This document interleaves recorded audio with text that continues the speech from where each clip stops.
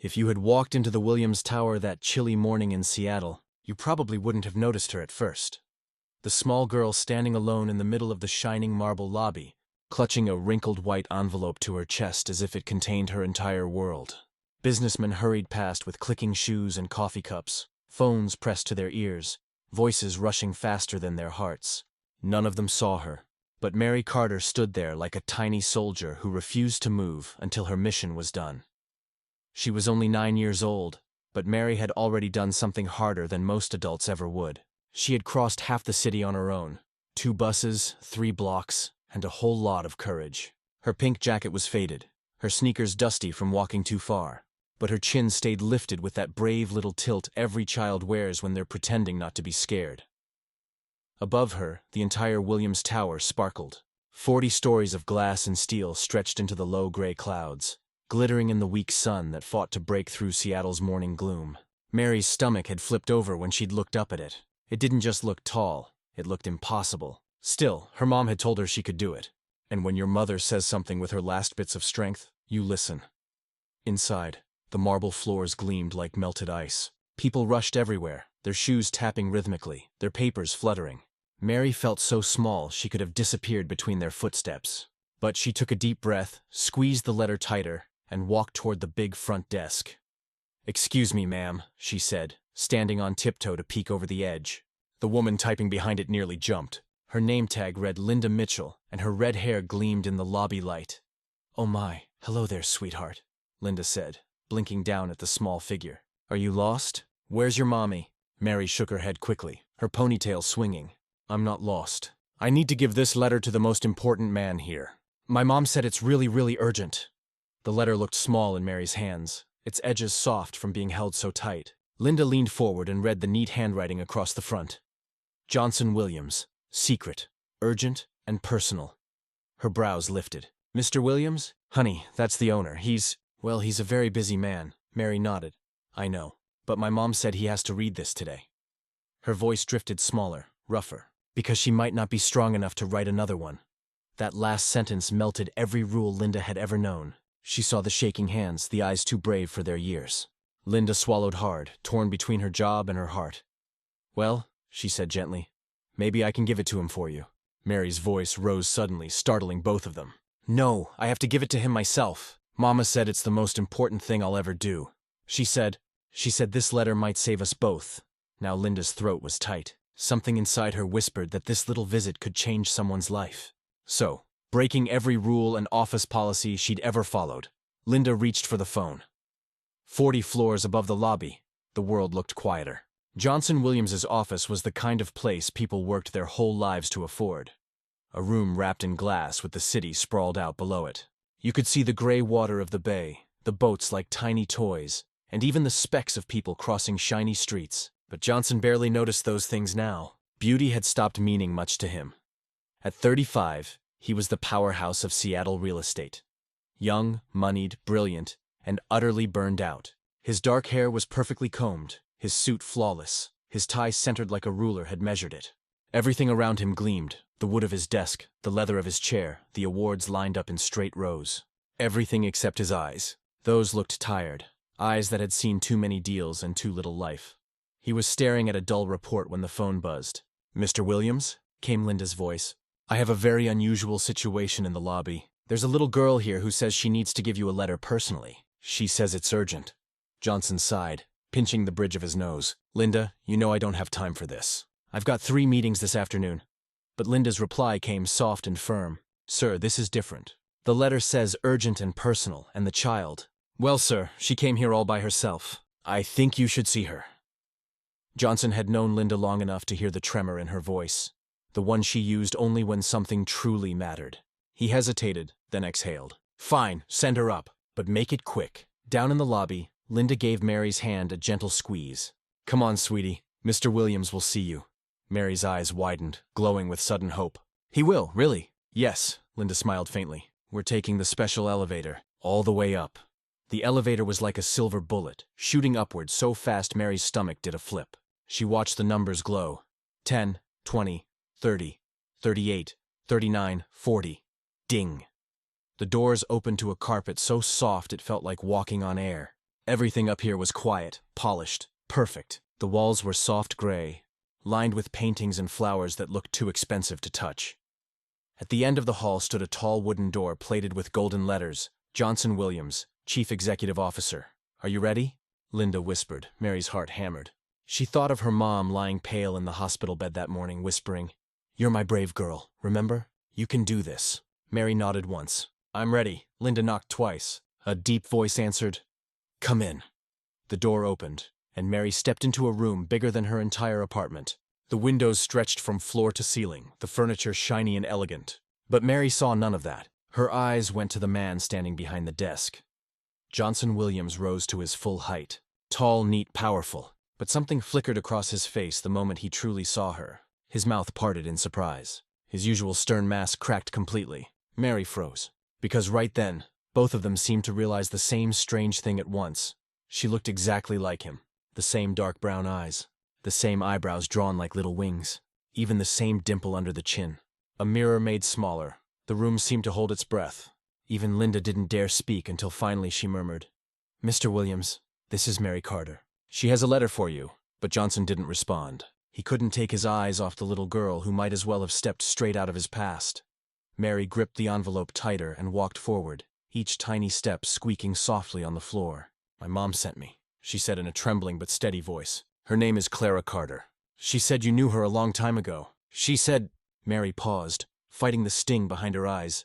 "She said you might not want to read this, but please, sir, it's very, very urgent. My mom is really sick. The doctors say—" Her throat broke. She swallowed hard, forcing the rest out. "They say she doesn't have much time left." Johnson reached out slowly, as if his arm weighed 100 pounds. He took the envelope, and his hand began to shake. On the front was his name, in the soft, familiar handwriting of a woman he hadn't seen in 8 years. The sight punched the breath out of him. "Clara," he whispered, barely audible. But Mary heard. "You do remember her." Her face lifted with hope, glowing like sunlight through clouds. Johnson stared down at that small, aging piece of paper, his heart twisting. Clara. 8 years since the last letter, the last smile. 8 years of believing her gone from his world forever. 8 years of anger, silence, and unshed tears. And now this girl, his reflection, stood in front of him calling that woman Mom. "How old are you?" Johnson managed to ask at last, his voice almost cracking. "I'm 9, Mary said. "I'll be 10 in March. 9 years old." Johnson did the math quickly in his head. 9 years ago, he and Clara had still been together.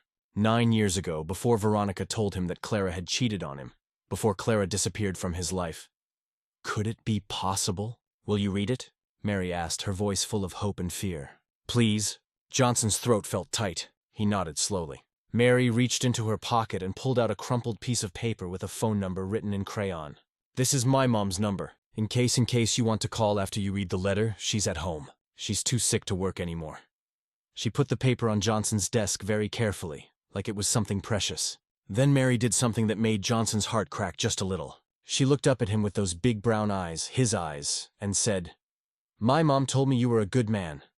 She said, "You might have forgotten how to be happy, but you were still good inside." "I think she's right." Before Johnson could respond, Mary turned and walked toward the door. Linda was waiting there, ready to take her back downstairs. "Mary!" Johnson called out. She stopped and looked back. "How did you get here? Did someone bring you?" "I took 2 buses, Mary said proudly. "Mom drew me a map and helped me practice the route. It took almost 2 hours, but I found it all by myself. 2 hours alone." Johnson felt something cold settle in his stomach. "That's not safe for a little girl." Mary shrugged, trying to look braver than she felt. "Mom said this letter was important enough to be brave for." She said, "Sometimes you have to do scary things for the people you love." And then she was gone, the door closing softly behind her. Johnson stood alone in his big cold office. The letter felt heavy in his hands, heavier than paper should feel. Outside the windows, Seattle looked gray and distant, but Johnson didn't see the city. He only saw a little girl with his eyes telling him her mother was dying. Slowly, his hands still shaking, he sat down in his leather chair. He turned the envelope over and carefully opened it. Inside was a letter written in Clara's neat, careful handwriting. As Johnson began to read, his whole world started to crumble and rebuild itself at the same time. "Dear Johnson, I don't know if you'll read this. I don't know if you'll even let Mary into your building. But I'm writing anyway because I'm running out of time. And there are truths you deserve to know. Truths I should have fought harder to tell you 8 years ago. I'll start with the most important one. Mary is your daughter. Johnson's hands tightened on the paper. His heart hammered against his ribs like it was trying to break free. I know what you're thinking. You're remembering what Veronica told you. That I cheated on you with Daniel. That I betrayed you. That I left you for another man, Johnson. None of it was true. Not one word. I never cheated on you. I never wanted anyone but you. But by the time I found out I was pregnant, you had already shut me out completely. You wouldn't take my calls. You wouldn't see me. Your assistant said you never wanted to hear from me again. I tried, Johnson. I tried so many times to tell you about the baby. I came to your office 6 times in 3 months. Security wouldn't let me up. I sent letters. I don't know if you ever got them. I left voicemails that were never returned.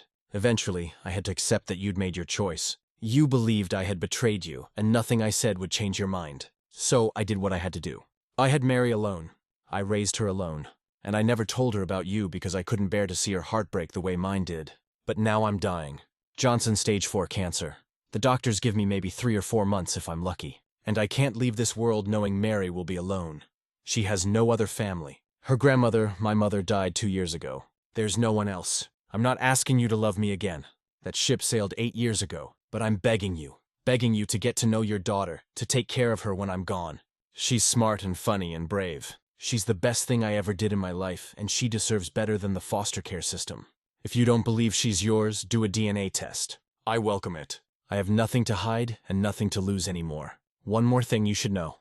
Veronica lied to you about everything. I don't know why she did it or what she had to gain, but she orchestrated our breakup. She showed you fake photos, told you fake stories, poisoned you against me. I didn't learn this until years later, but by then it was too late. You'd moved on.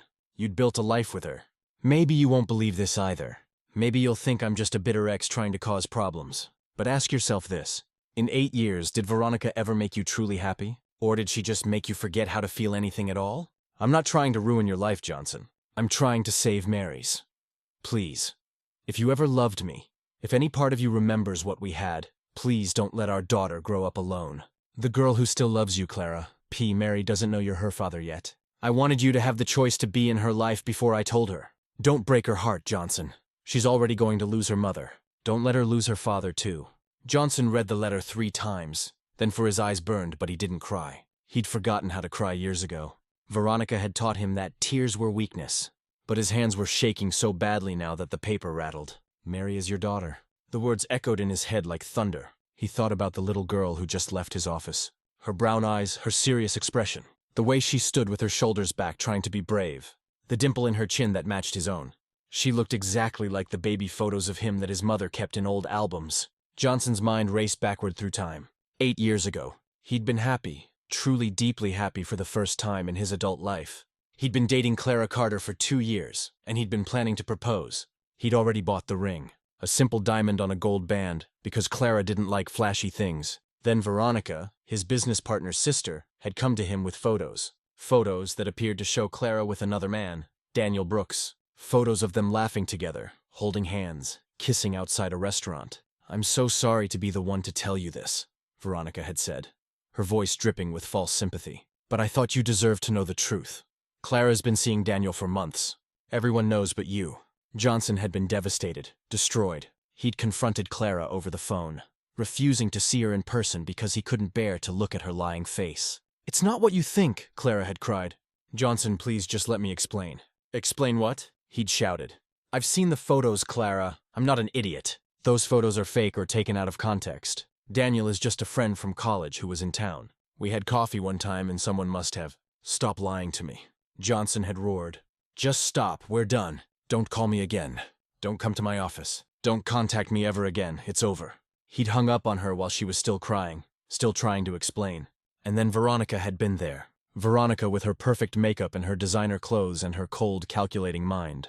She'd comforted him, taken him out for drinks, helped him move on. Within 6 months, they were dating.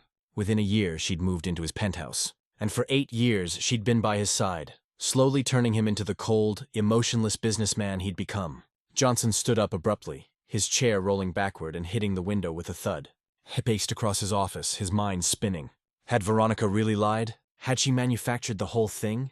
He remembered now things that hadn't seemed important at the time. How Veronica had always been around after the breakup, almost like she'd been waiting for it. How she discouraged him every time he'd thought about calling Clara. How she'd thrown away letters that came to the apartment without letting him see who they were from. Just junk mail. She'd always said nothing important, but what if some of those letters had been from Clara? What if she'd been trying to tell him about Mary, and Veronica had hidden the messages? Johnson's phone buzzed. A text from Veronica. Running late for dinner. Meet me at Cascades at 7 instead of 6:30. You stared at the message. Veronica, his girlfriend of 8 years. The woman he built his life around, even though something inside him had always felt wrong. Empty. Incomplete. Did she really lie about everything? Johnson looked down at Clara's letter again, at the phone number written in crayon by a 9-year-old girl who'd crossed the city alone to deliver it. His daughter. Maybe his daughter. He needed to know the truth. Johnson grabbed his suit jacket from the back of his chair and his keys from the desk.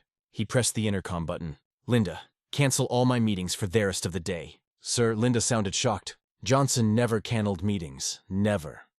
But you have the Henderson deal at 3 hours and the board conference at 4 hours. Cancel them, Johnson said firmly. Reschedule everything. Something urgent has come up. Is everything okay, Mr. Williams? Johnson looked at Mary's phone number written in shaky crayon numbers. I don't know yet, but I'm about to find out. He left his office, stride long and purposeful. The elevator ride down felt like it took forever. His mind kept showing him images of Mary, her brave little face, her trembling hands holding that letter, her words. My mom told me you were a good man. When he reached the lobby, Linda was at her desk. She looked up, surprised to see him. Mr. Williams, did you need something? That little girl, Mary, how long ago did she leave? Linda checked her watch about 20 minutes ago. She said she was going to catch the bus back home. Which direction? She walked toward 3rd Avenue, the number 12 bus stop. Johnson was already moving toward the doors. 20 minutes. She might still be there. Seattle buses could be slow during lunch hour. He burst out of the building into the gray afternoon. The air was cold and damp, threatening rain. He turned toward 3rd Avenue and started walking fast, his expensive shoes clicking on the sidewalk. Please still be there, he thought. Please don't be gone yet. He raked the bus stop and scanned the small crowd of people waiting. At first he didn't see her. His heart sank, but then there sitting on the bench, her pink jacket standing out against the gray surroundings. Mary was there, her backpack on her lap, her legs swinging because they were too short to reach the ground. She was crying, not loud, dramatic crying. Quiet, sad crying. The kind that breaks your heart because you can see the person is trying so hard to be brave, but just can't anymore. Tears ran down her cheeks, and she wiped them away with the sleeve of her jacket. Johnson walked over slowly. Mary? She looked up, gasping. Her eyes went wide with shock. Mr. Williams, what are you? Why are you here? Johnson sat down on the bench beside her, not caring that his expensive suit was getting wet from the damp seat. Up close, the resemblance was even more striking. She had his nose, his eyebrows, even the way her ears curved at the top. I read the letter, he said quietly. Mary's lip trembled. And are you going to help my mom? Mary, I need to ask you something important. Can you be honest with me? She nodded, wiping her eyes. Your mom, Clara, did she ever tell you who your father is? Mary shook her head. She said she'd tell me when I was older. She said he was a good man who made a mistake, and that someday maybe I get to meet him, but she always looked really sad when she talked about it, so I stopped asking. Johnson's throat felt tight. What if I told you that I might be your father? Mary's eyes went huge. She stared at him, her mouth opening and closing like a fish. You're my butthole? Why didn't you? Does that mean Mom didn't lie? Does that mean you'll help her? The questions tumbled out in a rush and fresh tears spilled down her cheeks. But these were different tears, confused tears, hopeful tears. I don't know anything for certain yet, Johnson said carefully. But I'm going to find out. And Mary, no matter what, I'm going to make sure your mom gets the medical care she needs. I promise you that. Really? Mary's voice was so small, so full of desperate hope that it physically hurt Johnson to hear it. Really? He said firmly. Now come on, let's get you home. I need to talk to your mother. Mary suddenly threw her arms around Johnson's waist, hugging him tight. Thank you, she whispered into his expensive suit jacket. Thank you, thank you, thank you. Johnson froze. He couldn't remember the last time someone had hugged him. Veronica wasn't affectionate. His business associates certainly didn't hug. His own parents had died years ago. Slowly, carefully, he put one arm around Mary's small shoulders. Something inside his chest, something that had been frozen solid for 8 years, cracked just a little bit. Johnson's car was parked in the executive garage beneath the building.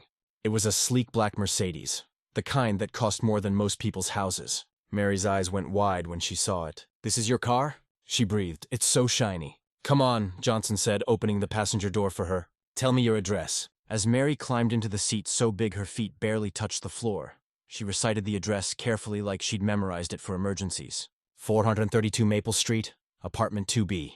It's in the Greenwood neighborhood. Johnson knew that area. It wasn't dangerous, but it wasn't fancy either. Small apartment buildings, aging homes, working-class families, a world away from his penthouse downtown. He started the car and pulled out of the garage. As they drove through the city, Mary pressed her face against the window, watching everything pass by. Mom used to have a car, she said quietly, but she had to sell it last year when she got too sick to work. That's why I had to take the bus today. What does your mom do for work? I mean, Johnson asked, keeping his eyes on the road. She used to be a teacher, 3rd grade. She loved it so much. But when the cancer came back, she couldn't work anymore. The kids were too loud and standing all day made her too tired. Mary's voice got sadder. Now she just stays home. Sometimes her friend Nicole comes to check on her when I'm at school. The cancer came back. Johnson's hands tightened on the steering wheel. You mean she had it before? Mary nodded. When I was 6, she got really sick, but the doctors fixed her. She was better for almost 2 years. We thought it was gone forever. Her voice dropped to a whisper, but it came back 3 months ago. And this time the doctors say it's in too many places. They say the treatment costs too much money. And even if we had the money, it might not work. Johnson felt anger rising in his chest. Not at Mary, not even at Clara, at himself, at the universe, at the unfairness of it all. If Mary really was his daughter, and looking at her, he was becoming more certain by the minute. Then Clara had been raising their child alone for 9 years, teaching while pregnant, having a baby without him there, fighting cancer not once but twice, all while taking care of a little girl by herself.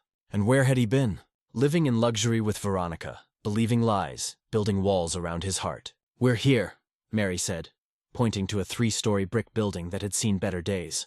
The paint was peeling in places and the front steps were cracked, but there were flower boxes and some windows, and a child's bike chain to the railing showed that families lived here tried to make it home. Johnson parked on the street and got out. Mary scrambled out of her seat and ran to the building entrance, pulling a key on a string from around her neck. This way, she said, unlocking the door. We're on the 2nd floor. The hallway inside smelled like old carpet and someone's cooking. Maybe soup or stew. The walls were a faded yellow, and the stairs creaked under Johnson's feet. But it was clean. Someone had swept recently, and there were no trash or broken things lying around. At apartment 2B, Mary stopped. She looked up at Johnson with worried eyes. Mom doesn't know I went to see you, she whispered. She thought I was at school. She's going to be really mad at me for skipping. Let me handle that part, Johnson said. Just open the door. Mary unlocked it slowly. Mom, she called out. Mom, I'm home. And I brought someone. Mary. A woman's voice came from inside, weak but worried. Sweetheart, why are you home so early? Are you sick? They walked into a small living room. The furniture was old but well cared for. There were photos on every wall. Mary as a baby. Mary's first day of school. Mary blowing out birthday candles. The apartment was tiny, maybe 1/10th the size of Johnson's penthouse, but it felt like a home. Like love lived here. A woman appeared in the doorway of what must have been the bedroom.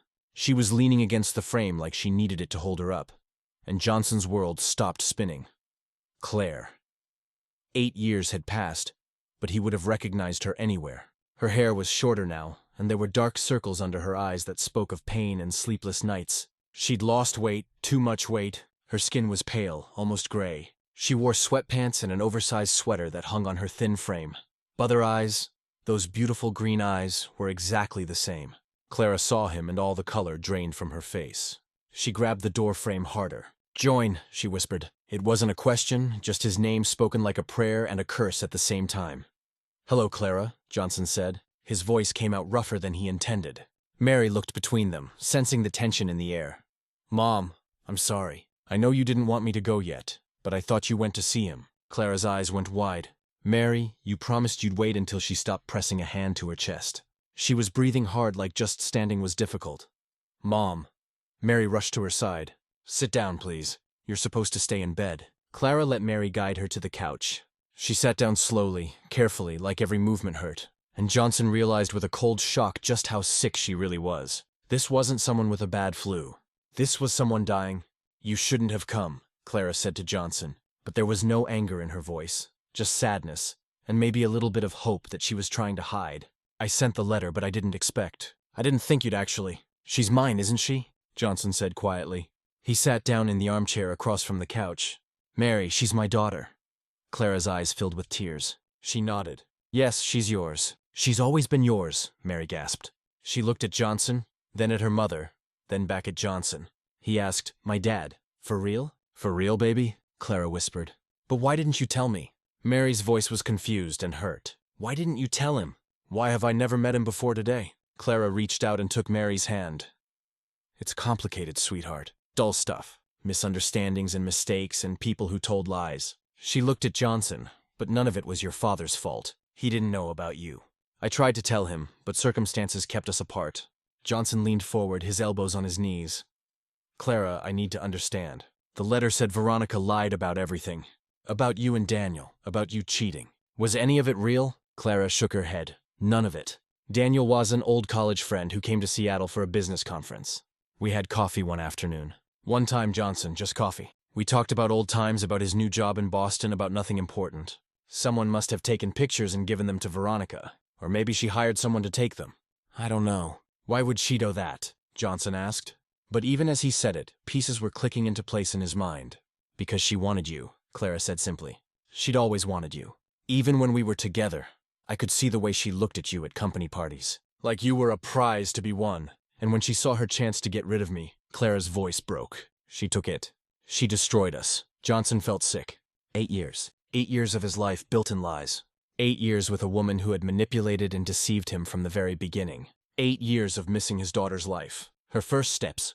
Her first words. Her first day of school. Every birthday. Every Christmas. I tried to tell you I was pregnant, Clara continued, wiping her eyes. I called. I came to your office. I sent letters, but you wouldn't see me. You'd made up your mind that I was a liar and a cheater, and nothing I said made any difference.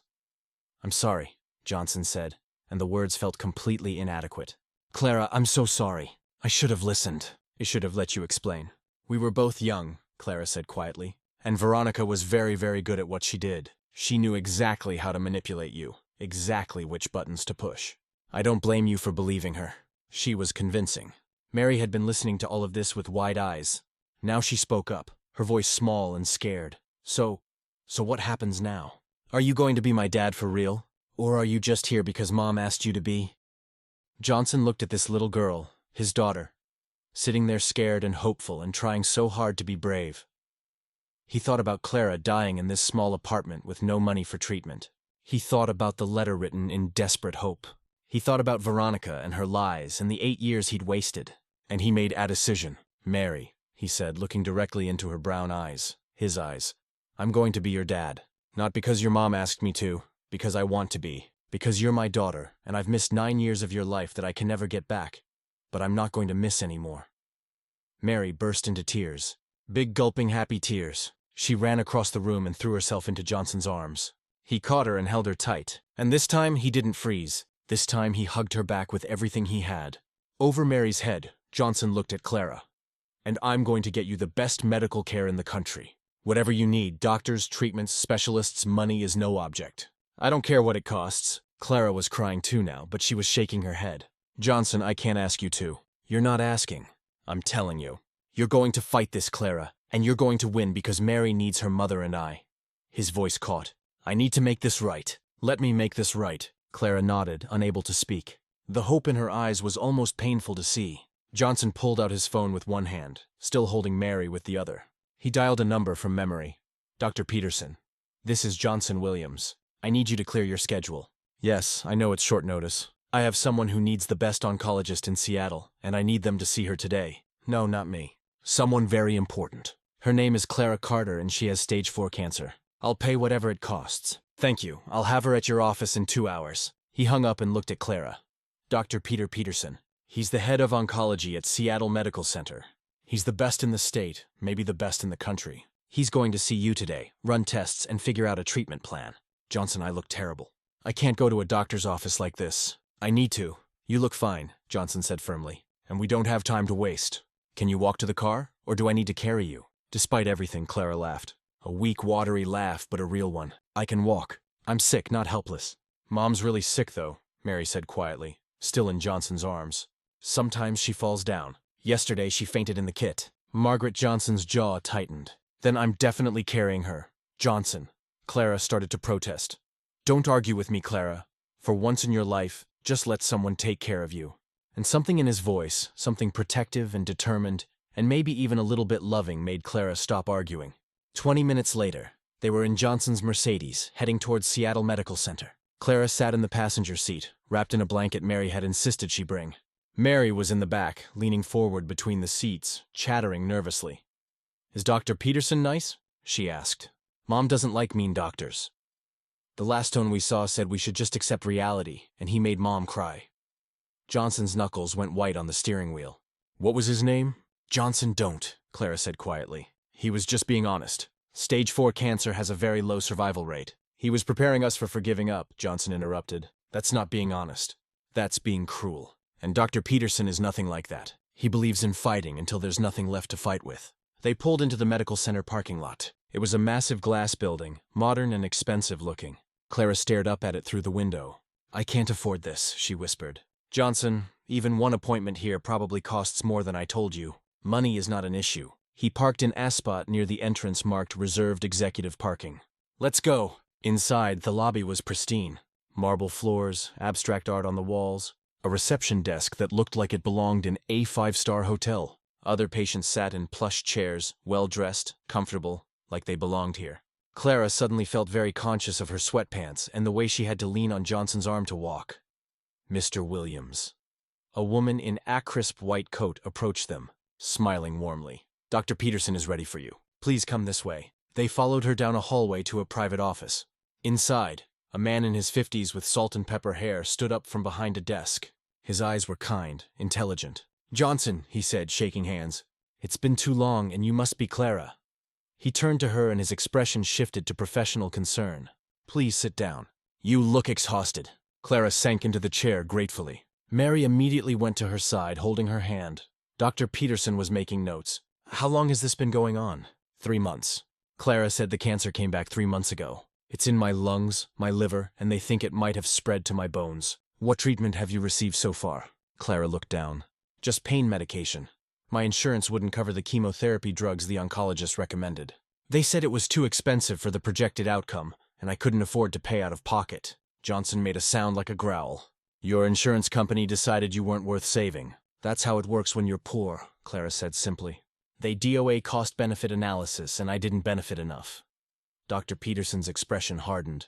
"Well, you're in my care now, and I don't do cost-benefit analyses on human lives. Clara, I'm going to run a full panel of tests today. Blood work, scans, everything. I need to see exactly what we're dealing with. It's going to take a few hours. Is that all right?" Clara nodded, tears streaming down her face. "Yes, thank you. I don't know how to thank you." "Thank Dr. Peterson said he's the one who made this happen." He pressed a button on his desk. "Nurse Williams, could you come in, please?" A young nurse appeared. "Mr. Williams, there's a family waiting room just down the hall. Why don't you and Mary wait there while we run the test? It'll be more comfortable than sitting in the exam rooms." "I want to stay with Mom," Mary said immediately. Clara squeezed her hand. "Sweetheart, it's going to be boring. Lots of needles and machines and waiting around. Why don't you go with your dad? I'll be fine." "But what if you need me?" "I'll always need you," Clara said softly. "But right now, I need you to be brave and let the doctors do their job. Can you do that?" Mary hesitated, then nodded. "Okay, but you have to promise to come get us as soon as you're done." "I promise." Johnson and Mary followed Nurse Williams to the waiting room. It was nicer than most living rooms. Comfortable couches, a TV, a table with coloring books and puzzles for children, even a coffee machine and snacks. Mary went straight to the coloring books, but Johnson could see she was just flipping through them without really looking. Her mind was somewhere else, probably in one of those exam rooms with her mother. Johnson sat down on the couch and pulled out his phone. 3 missed calls from Veronica. Before he could decide whether to call her back, the phone buzzed in his hand. Veronica's name flashed on the screen. He answered, "Hello, Johnson. Finally. Where have you been? You left the office hours ago without a word. You've been ignoring my calls. What's going on?" Johnson glanced at Mary, who was watching him with those wide brown eyes. His eyes. "I'm at Seattle Medical Center." There was a pause. "What? Are you okay?" "What happened?" "I'm fine. I'm here with someone else." He took a breath. "Veronica, I need to tell you something. I have a daughter." Silence on the other end. "Then what are you talking about?" "Her name is Mary. She's 9 years old and she's mine. Clara's daughter. My daughter." "That's impossible," Veronica said. And Johnson could hear the edge of panic in her voice. "Clara left you 8 years ago. You never heard from her again because you made sure I didn't. The photos, the lies about her and Daniel. You orchestrated all of it, didn't you? Johnson, you're not making sense. You're clearly upset about something. Why don't you come home and we can talk about this calmly? I saw the letter of Veronica. Mary brought me Clara's letter. She told me everything about the lies about you manipulating me, about keeping me away from Clara when she was trying to tell me she was pregnant. A letter? Veronica's laugh was sharp, nervous. Johnson, Clara is obviously trying to manipulate you. She probably needs money and figured she'd make up some story about you being the father of her child. You can't possibly believe. I saw her, Veronica. I saw Mary. She looks exactly like me. Same eyes, same face. She's mine, so she looks like you. That doesn't prove anything. Johnson, please don't do something stupid. Because some woman from your past showed up with a convenient story and a child who we're running a DNA test, Johnson said quietly. We'll have proof soon enough, but I already know the truth. I can feel it. There was a long, dangerous silence. When Veronica spoke again, her voice had changed harder, colder. Where is Clara now? She's sick, stage 4 cancer. That's why we're at the hospital. I'm getting her treatment. You're paying for her treatment. Johnson, have you lost your mind? Some woman you haven't seen in 8 years shows up with a sob story, and you just throw money at her. She's not some woman. She's the mother of my child. You don't know that? Yes, I do. Johnson looked at Mary, who was trying very hard to pretend she wasn't listening to every word. I have to go, Veronica. We'll talk when I get home. Johnson, wait, he hung up. His hands were shaking slightly. That had gone about as well as he'd expected, which was to say terribly. Mary was staring at him. She's mad, isn't she? The lady on the phone. Her name is Veronica. And yes, she's upset. But that's not your problem to worry about. Is she your girlfriend? Johnson hesitated. She lives with me, but that's going to change very soon. Before Mary could ask what he meant, the door opened and Dr. Peterson walked in carrying Atablet and looking tired but satisfied. Good news, he said, sitting down across from them. Clara did very well with the test. I have a clear picture of what we're dealing with now, and I'm confident we can start an aggressive treatment plan. What kind of treatment? Johnson asked. Combination therapy, chemotherapy, targeted radiation, and an experimental immunotherapy drug that's showing promising results in advanced cases. It's not going to be easy on her. She'll be sick, exhausted, probably lose her hair, but it's our best shot at getting the cancer into remission. When can you start? Tomorrow. I want to admit her tonight for observation and to prep her system. She'll be hospitalized for at least 2 weeks, maybe longer, depending on how she responds to the initial treatment. Johnson nodded. Whatever she needs. Dr. Peterson glanced at his tablet, then back at Johnson. His expression became more businesslike. I should mention the total cost of the treatment program. Hospital stay, medications, procedures, follow-up care will be somewhere in the range of $200,000 to $400,000. That's over the course of 6 months to a year, assuming everything goes according to plan. Does that present a problem? Mary gasped softly. Johnson heard her whisper. For $100,000, Johnson didn't blink. No problem at all. I'll have my accountant set up direct billing to my personal account. Whatever Clara needs whenever she needs it. Cost is not a concern. Dr. Peterson looked relieved. Good. Then I'll get the admission paperwork started. Clara should be able to see you both in about 30 minutes. She's getting settled into her room now. After Dr. Peterson left, Mary tugged on Johnson's sleeve. That's so much money. Like so much money. Your mother's life is worth more than money, Mary. But what if the treatment doesn't work? What if you spend all that money and she couldn't finish the sentence. Johnson knelt down in front of her, taking her small hands in his. Then at least we'll know we did everything we could. We fought as hard as we could. And your mom won't have to suffer because someone decided her life wasn't worth the cost. Do you understand? Mary nodded, tears streaming down her face. You're a really good dad. The words hit Johnson like a punch to the chest. I'm trying to be. They spent 20 minutes with Clara in her hospital room. She looked small and fragile in the hospital bed, hooked up to monitors and IVs. But her eyes were brighter than they'd been at the apartment. Hope Johnson realized she had hope again. I'll bring Mary back tomorrow, Johnson told Clara. Right now, I need to take her home and get some things figured out. She can stay with my neighbor, Clara said weakly. Mrs. Margaret across the hall. She watches Mary sometimes when I have doctor appointments. Actually, Johnson said carefully, I was thinking Mary could stay with me just while you're in the hospital. That way, she's not a burden on your neighbor, and I can bring her to visit you every day. Clara's eyes widened. Johnson, you don't have to. You want to. Please let me do this. Clara looked at Mary, who was nodding enthusiastically. Okay, she whispered. Okay. An hour later, Johnson and Mary were back at Clara's apartment, packing a bag of Mary's things, clothes, toiletries, her favorite stuffed rabbit, some books. The apartment looked even smaller and sadder now that Johnson knew Clara had been living here for 9 years. struggling, barely surviving. "Is this all you need?" he asked as Mary zipped up her backpack. "Yeah, I don't have much stuff." Johnson made a mental note. Tomorrow he'd take Mary shopping, get her new clothes, whatever she needed. But tonight he had something else he needed to do. It was almost 8 when Johnson pulled into the underground garage of his building. His penthouse took up the entire top floor. Floor-to-ceiling windows, marble floors, designer furniture, the kind of place that belonged in architecture magazines. Mary's eyes went wide as they stepped into the elevator. "You live at the very top." "I do, and now you do too. At least for a little while." The elevator opened directly into the penthouse. Veronica was waiting in the living room, pacing, a glass of wine in her hand. She turned when she heard them enter, and her eyes locked onto Mary. "So, this is her," Veronica said, her voice cold. "The supposed daughter." "Her name is Mary," Johnson said firmly. "Mary, why don't you go pick out which bedroom you want to stay in? Down that hallway. Any of the guest rooms." Mary looked between Johnson and Veronica nervously, then scurried down the hallway with her backpack. As soon as she was out of earshot, Veronica sat down her wine glass with a sharp click. "What is she doing here? She's staying with me while her mother is in the hospital. Johnson, you can't just bring a random child into our home." "She's not a random child. She's my daughter. You don't know that. You've known about her existence for all of 5 hours, and you're already reorganizing your entire life. Do you hear how insane that sounds?" Johnson studied Veronica.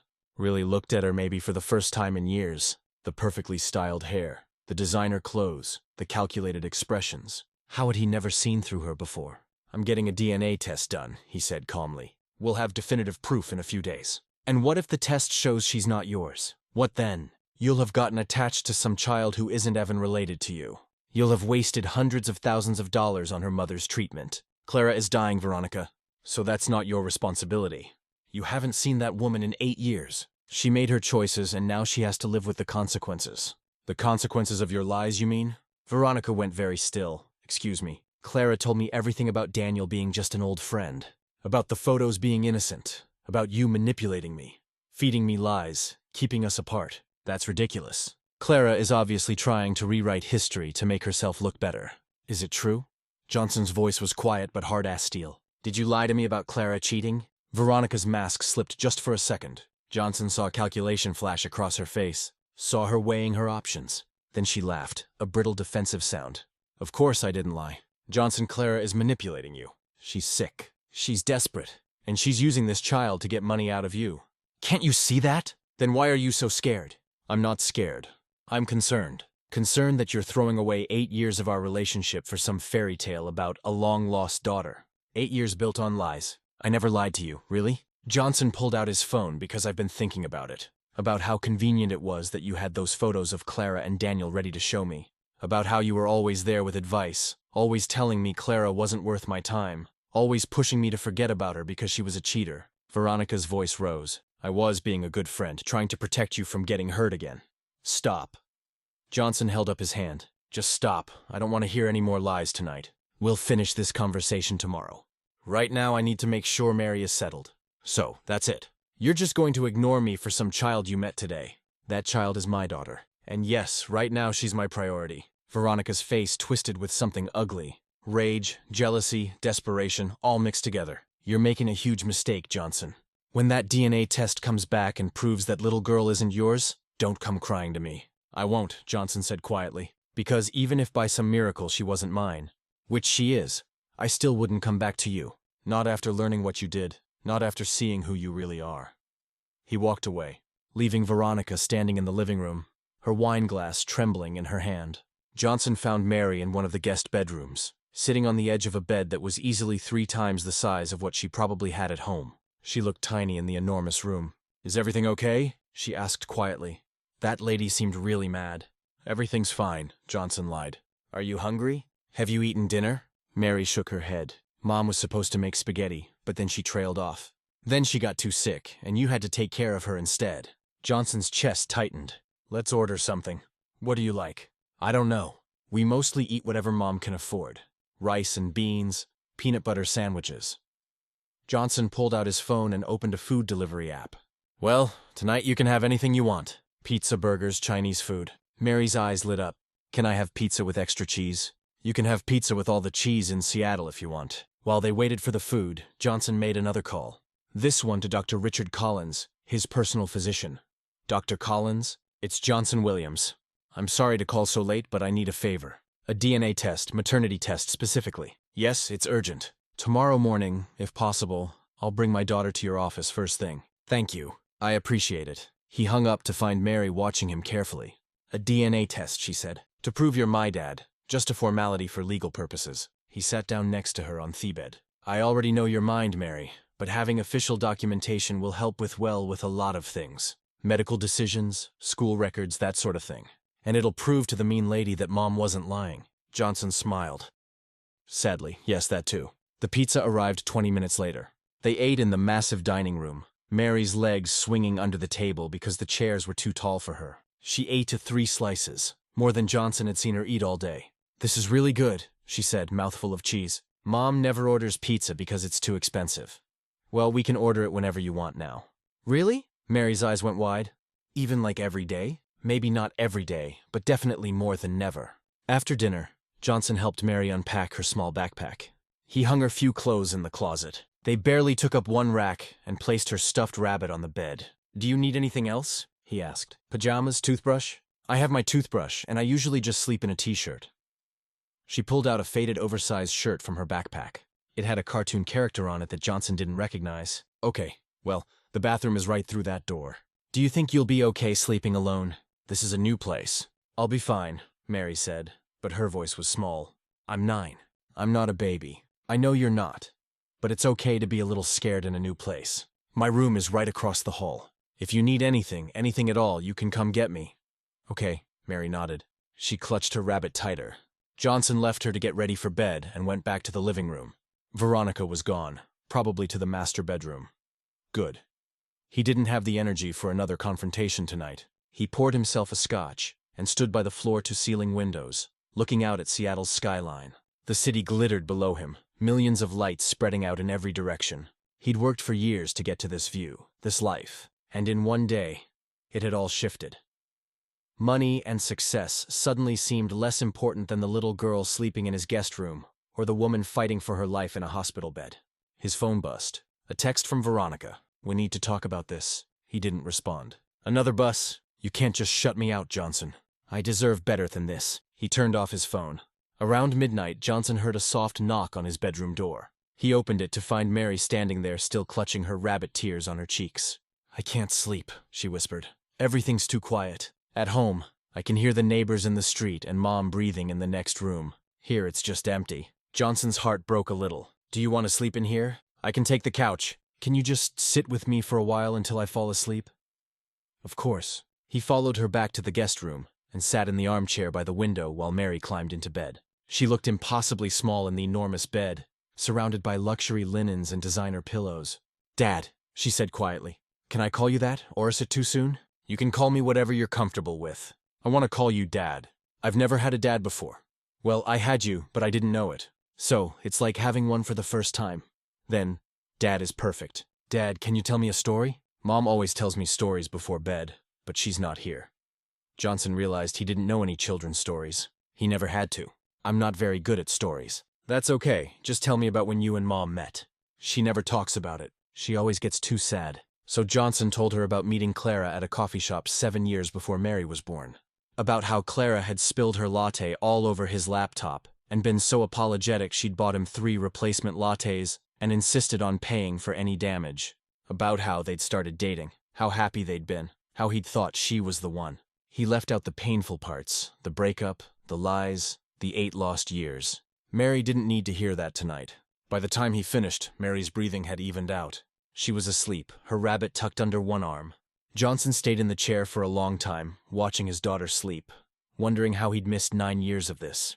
How many nights had Clara sat like this watching Mary sleep, wishing Johnson was there to share it? How many times had Mary asked about her father, and Clara had to explain that he didn't know she existed? He thought about Veronica sleeping in his bed across the hall and felt nothing but contempt. She'd stolen 8 years from him. 8 years of Mary's life. 8 years of Clara's life for what? Money? Status? Whatever Veronica felt for him, it wasn't love.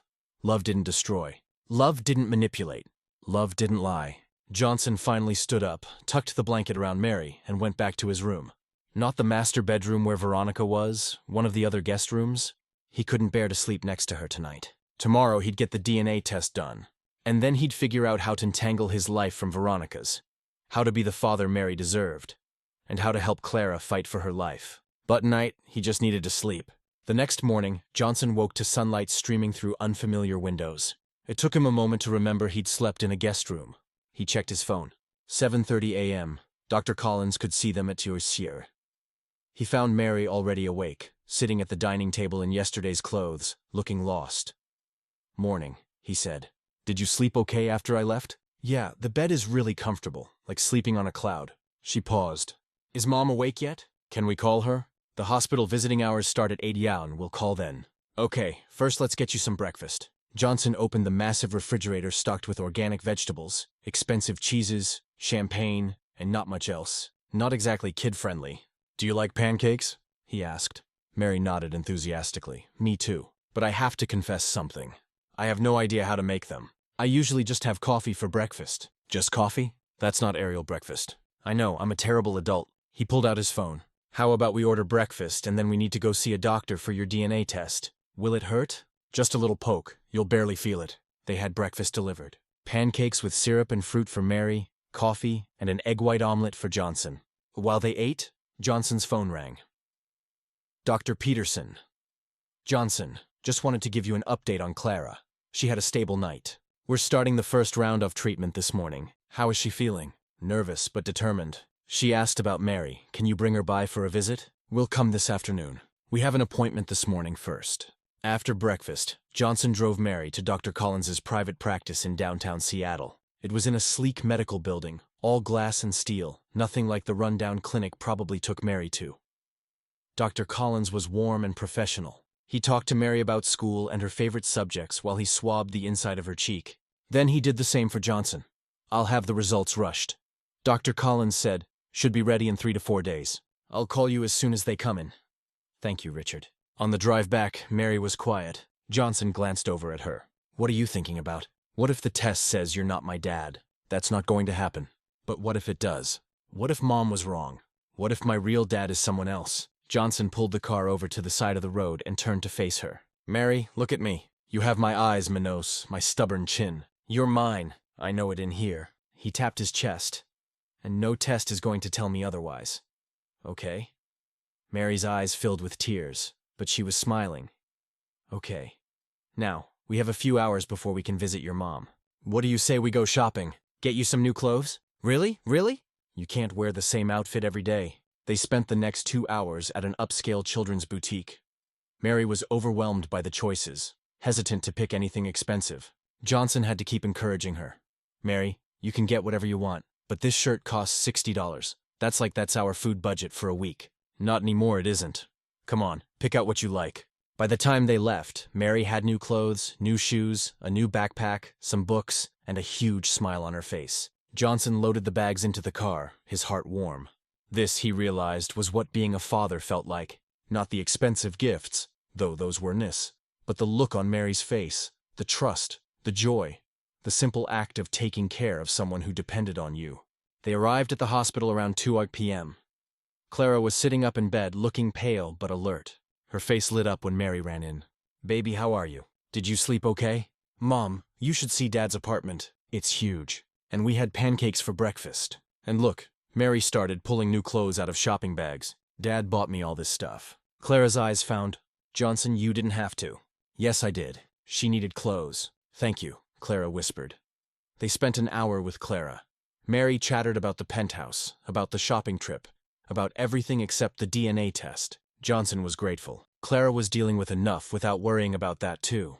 As they were leaving, Clara grabbed Johnson's hand. "Can I talk to you for a minute alone?" Johnson asked Mary to wait in the hallway. When she was gone, Clara spoke softly. "The nurses told me how much all this is costing. Johnson, it's too much. I can't ask you to. You're not asking, I'm giving. Clara, please, just let me do this. Let me help you. Let me make up for the 8 years I wasn't there." Tears streamed down Clara's face. "I don't deserve this. I don't deserve you being so kind after everything. Stop. You deserve everything good. You've been fighting alone for too long. Let me fight with you now." Clara nodded, unable to speak. 3 days later, the days fell into a rhythm. Johnson worked from home in the mornings while Mary did remote schoolwork. Clara had already arranged for her to do online classes. During the hospital stay, afternoons were spent visiting Clara. Evenings, Johnson and Mary had dinner together, and he'd sit with her until she fell asleep. Veronica stayed in the master bedroom, emerging only for tense, silent meals that Johnson started avoiding altogether. They hadn't spoken more than a few words since the nightmare arrived. Johnson knew he needed to end it properly, but he was waiting for the DNA results. Once he had proof, there would be no argument. Mary was settling in surprisingly well. She was smart, funny, braver than any 9-year-old should have to be. She talked about her mom constantly, worried, constantly, but she never complained. Johnson found himself falling in love with being a father. The way Mary laughed at his terrible jokes. The way she explained her homework to him like he was the student and she was the teacher. The way she trusted him completely without reservation. On the evening of the third day, Dr. Collins called. "Johnson, I have your results." Johnson's heart hammered. Mary was in a room doing homework. Veronica was in the master bedroom. He was alone in his office, and there was a pause. A long pause. "Johnson, I don't know how to tell you this, but the test came back negative. According to the DNA analysis, you are not Mary's biological father." The world stopped. "That's impossible. Edeblech checked the results myself. I'm sorry, Johnson. I know this isn't what you wanted to hear. Run it again, Johnson." "I said run it again. There has to be a mistake. She looks exactly like me. She has my eyes. Sometimes people look similar without being related. I'm sorry. The science doesn't lie." Johnson hung up. He sat in his chair, staring at nothing, feeling like he'd been punched in the gut. Not his daughter. Mary wasn't his daughter, which meant Clara had lied. Clara had used him, manipulated him, made him believe he had a daughter just to get money for her treatment. Just like Veronica had warned, the office door opened. Veronica stood there, and from her expression, Johnson realized she'd been listening outside the door. "I'm sorry," she said, but there was something else in her voice. Relief, vindication. "I know this is hard to hear, but get out, Johnson. I'm trying to help. You've been taken advantage of. That woman lied to you, used you, and now..." I said, "Get out." Veronica left, closing the door softly behind her. Johnson sat there for a long time, feeling everything he'd built over the past 3 days crumbling around him. The bond with Mary, the hope for Clara's recovery, the fantasy of a family, all of it based on a lie. There was a soft knock on the door. Mary's voice, "Dad, are you okay?" I heard yelling. Johnson closed his eyes. He couldn't face her, not right now, not knowing what he knew. "I'm fine, Mary, just a work call. I'll be out in a bit." "Okay." He heard her footsteps retreat. 20 minutes later, there was another knock. This time, Veronica entered without waiting for permission. She held her phone, and her expression was triumphant. "I did some research," she said, "after what Clara told you about Daniel being just a friend. I found something interesting." She turned her phone to show him a document. "This is a marriage certificate. Clara Carter married Daniel Morrison 5 months after you two broke up. They were married for 2 years before getting it annulled. Guess when Mary was born?" Johnson looked at the date. 8 months after Clara married Daniel. "Clara lied to you, Johnson. Mary is probably Daniel's daughter. She saw you were wealthy and successful. She's desperate for money because of her illness, and she fabricated this whole story. The letter, the tears, all of it. Manipulation." Johnson felt sick. "How did you get this?" "Public records. Anyone can access them if they know where to look. The question is, why didn't Clara tell you she'd married someone else? Why did she pretend Mary was yours?" Johnson stood up abruptly. "I need to go where?" "To the hospital. I need to hear this from Clara. I need to hear her admit what she did." Johnson, wait. But he was already grabbing his keys, already heading for the door. Mary appeared in the hallway. "Dad, where are you going? Are we visiting Mom?" "Not tonight," Johnson said, his voice harsh. "Stay here, what?" "I said stay here." Mary flinched like he'd hit her. Tears filled her eyes. Johnson saw the hurt on her face and felt a stab of guilt. But the anger was too strong. He'd been played, used, made a fool of. He left without another word. At the hospital, Johnson stormed into Clara's hospital room. She was sleeping but woke when she heard the door slam. "Johnson, what's wrong? Were you married to Daniel?" His voice was cold, controlled. Clara's face went pale. "Yes. After you and I broke up, so Mary is his daughter." "What? Oh, Johnson, where is this coming from?" He pulled out his phone, showed her the DNA results. Dr. Collins ran a paternity test. "I'm not Mary's father, Clara, which means you lied to me. You used me just like Veronica said you would." "No, Johnson, that's not. Something's wrong with that test. Mary is yours. I've never been with anyone else. Daniel and I got married because I was pregnant and alone and scared. And he offered to help me, but we were never intimate ever. The marriage was annulled because it was never consummated. Mary is yours. Then why does the DNA test say otherwise?" "I don't know." But Johnson, please, you have to believe me. I wouldn't lie about this. Why would I lie about this? For the money, Johnson said flatly. You're dying. You're desperate and I'm wealthy. It's a perfect con. Clara was crying now, her monitors beeping faster with her distress. It's not a con. Johnson, please look at Mary. Really? Look at her. She's yours. You said so yourself. I was wrong. I saw what I wanted to see. He turned toward the door. I'll continue to pay for your treatment. I'm not cruel, but Mary needs to go back to your neighbors. I can't have her in my house anymore. Johnson, no, please, she'll be heartbroken. She loves you. She thinks you're her father. Then you should have thought of that before you lied to her and to me. He left. Clara sobs, following him down the hallway. Back at the penthouse, Johnson returned home to find Mary waiting by the door, still crying. Dad, what happened? Why are you so angry? Johnson looked at her.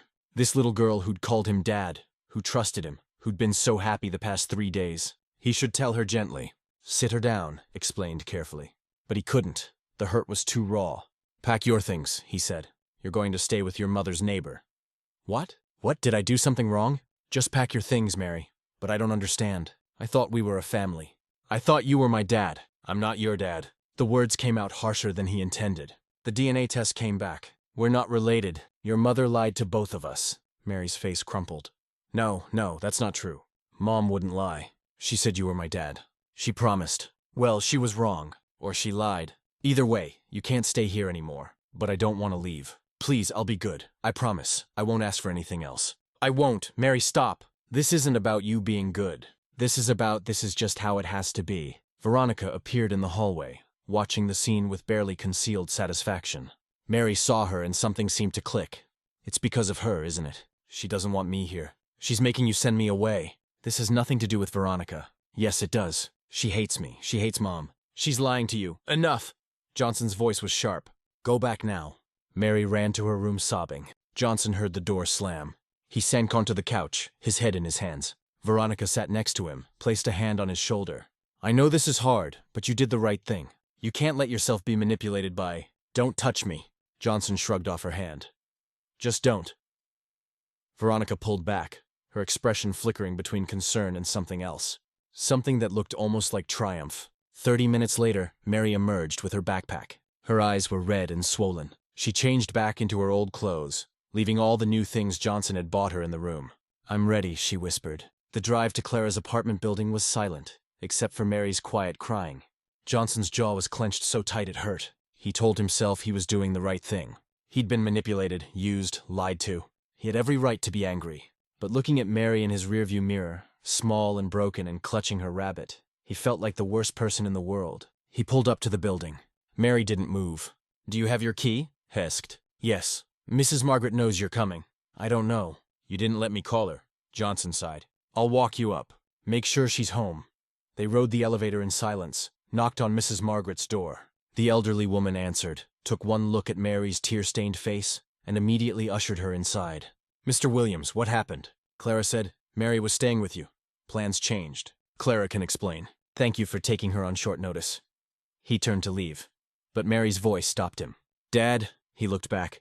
She was standing in Mrs. Margaret's doorway, her rabbit clutched to her chest, tears still streaming down her face. I don't care what the test says. You're still my dad. You'll always be my dad.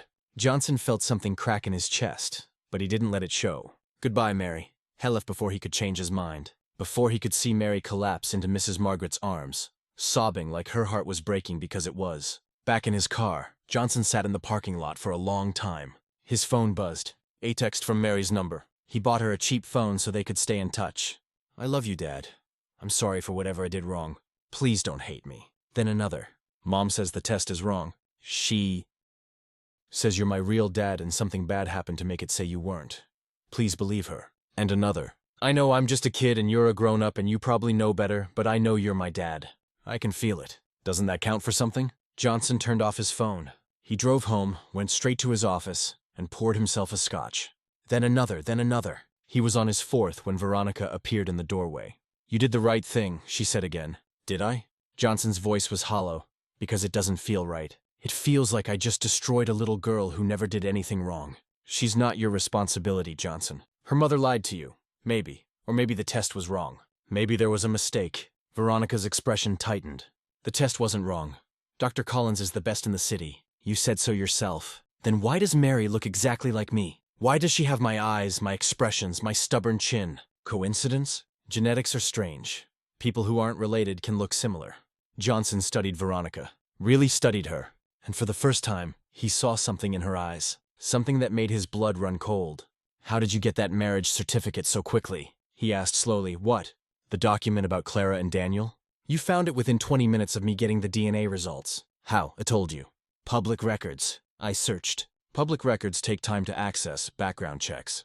Record searches. They take days. Unless you already knew where to look.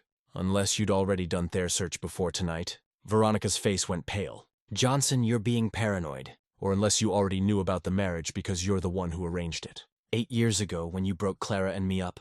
Johnson stood up, his mind racing. Clara said she married Daniel because she was pregnant and alone. What if you paid him to marry her? To make her look like she'd moved on? Like she'd been unfaithful all along?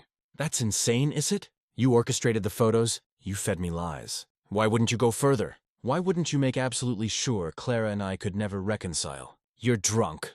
You don't know what you're saying. And the DNA test. Johnson's voice was getting louder. You were listening outside my office when Dr. Collins called. You knew the results immediately. Almost like you knew they'd come back negative. Almost like you'd made sure they would. Veronica backed toward the door. Johnson, stop! You're scaring me. Dr. Collins' office. You've been there with me before for my annual physicals. You know his staff. You know his office manager. Johnson pulled out his phone. What if I call Dr. Collins right now? What if I ask him if anyone contacted his office about my DNA test? What if I ask if the samples could have been tampered with? You're being ridiculous. Why would I tamper with a DNA test? Because you're losing control. Johnson was shouting now. For 8 years you've controlled me. Isolated me. Made sure I never looked back at Clara. And then Mary showed up with that letter and suddenly everything you'd built was falling apart. So you did what you always do. You lied, you manipulated, you sabotaged. Tears were streaming down Veronica's face now. But Johnson couldn't tell if they were real or another manipulation. I did it because I love you, she cried. Everything I've done has been because I love you. Clara wasn't right for you. She was weak, poor, ordinary. You needed someone like me, someone strong, ambitious, someone who could stand beside you. So you admitted you sabotaged Clara and me. She wasn't good enough for you. That wasn't your decision to make. Johnson's voice cracked. You took 8 years from me, Veronica. 8 years of my daughter's life. Clara's cancer might have been caught earlier if she'd had access to good health care. If she'd had my insurance, my money, she might not be dying right now if you hadn't torn us apart. I didn't give her cancer. That's not my fault. No, but you made sure she faced it alone. And you made sure Mary grew up without a father. All because you wanted me for yourself. Veronica was sobbing openly now. What was I supposed to do? Just watch you be happy with someone else. Watch you build a life that didn't include me. I've loved you since college, Johnson. Before Clara, before any of them, you were supposed to be mine. Johnson felt disgusted. Disgusted with Veronica. Disgusted with himself for not seeing it sooner. Disgusted with the entire situation. Get out, he said quietly. What? Get your things and get out of my home tonight. Johnson, please. Now, he picked up his phone. I'm calling Dr. Collins. I'm ordering a new DNA test from a different lab with samples that never leave my sight. And if I find out you tampered with the first test, if I find out you stole 8 more years from me with Mary, I will destroy you. I will press charges. I will make sure everyone knows what you did. Do you understand? Veronica stared at him, her mask finally completely gone. What was left was ugly, desperate, possessive, unhinged. You'll regret this, she hissed. When that test comes back negative, too. When you realize Clara really did lie to you, you'll come crawling back. And I won't be waiting. Good, because I never want to see you again. Veronica turned and stormed out. Johnson heard her in the bedroom throwing things into suitcases, slamming drawers. 30 minutes later, she was gone. The penthouse felt empty without her, but it didn't feel lonely. Felt clean like poison had been drained from the air. Johnson pulled out his phone and turned it back on. 17 text messages from Mary. He read them all, his heart breaking with each one. Please answer me. I'm sorry. I miss you. Mom's crying. She says she didn't lie. I believe her. Do you believe her? Please say you believe her, Mrs. Margaret says. You might need time to think. Is that true? Are you thinking, oh wait, I'm good at waiting. I waited my whole life for a dad. I can wait a little longer. I love you. Johnson typed a reply with shaking fingers. Mary, I'm sorry for how I acted. I was hurt and angry, and I took it out on you. That was wrong. You didn't deserve that. I'm going to fix this. I'm going to find out the truth.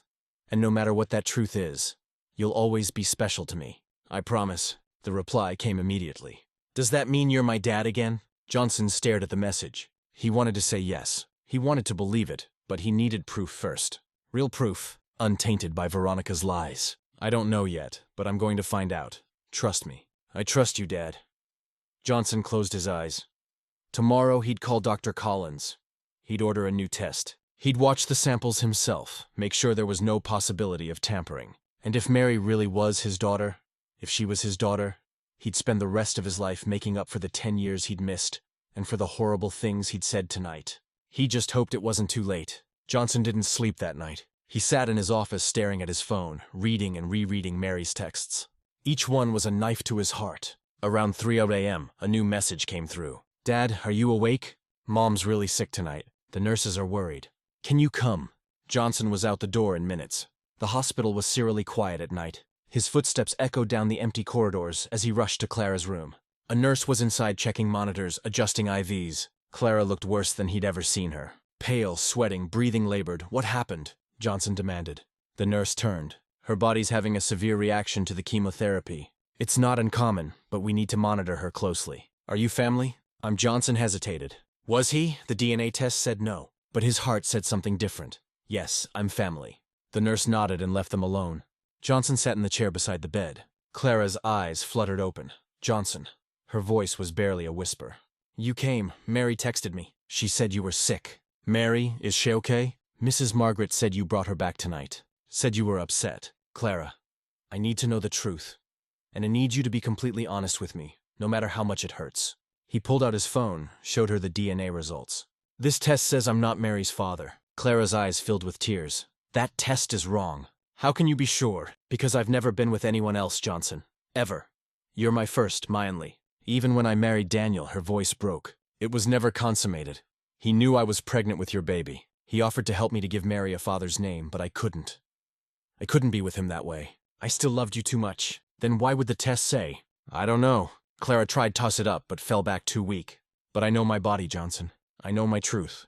Mary is yours. She's always been yours. Johnson studied her face. The desperation, the fear, the absolute conviction. She was either telling the truth, or she was the best liar he'd ever met. Veronica admitted she sabotaged us, he said quietly. 8 years ago, the photos, the lies about you cheating.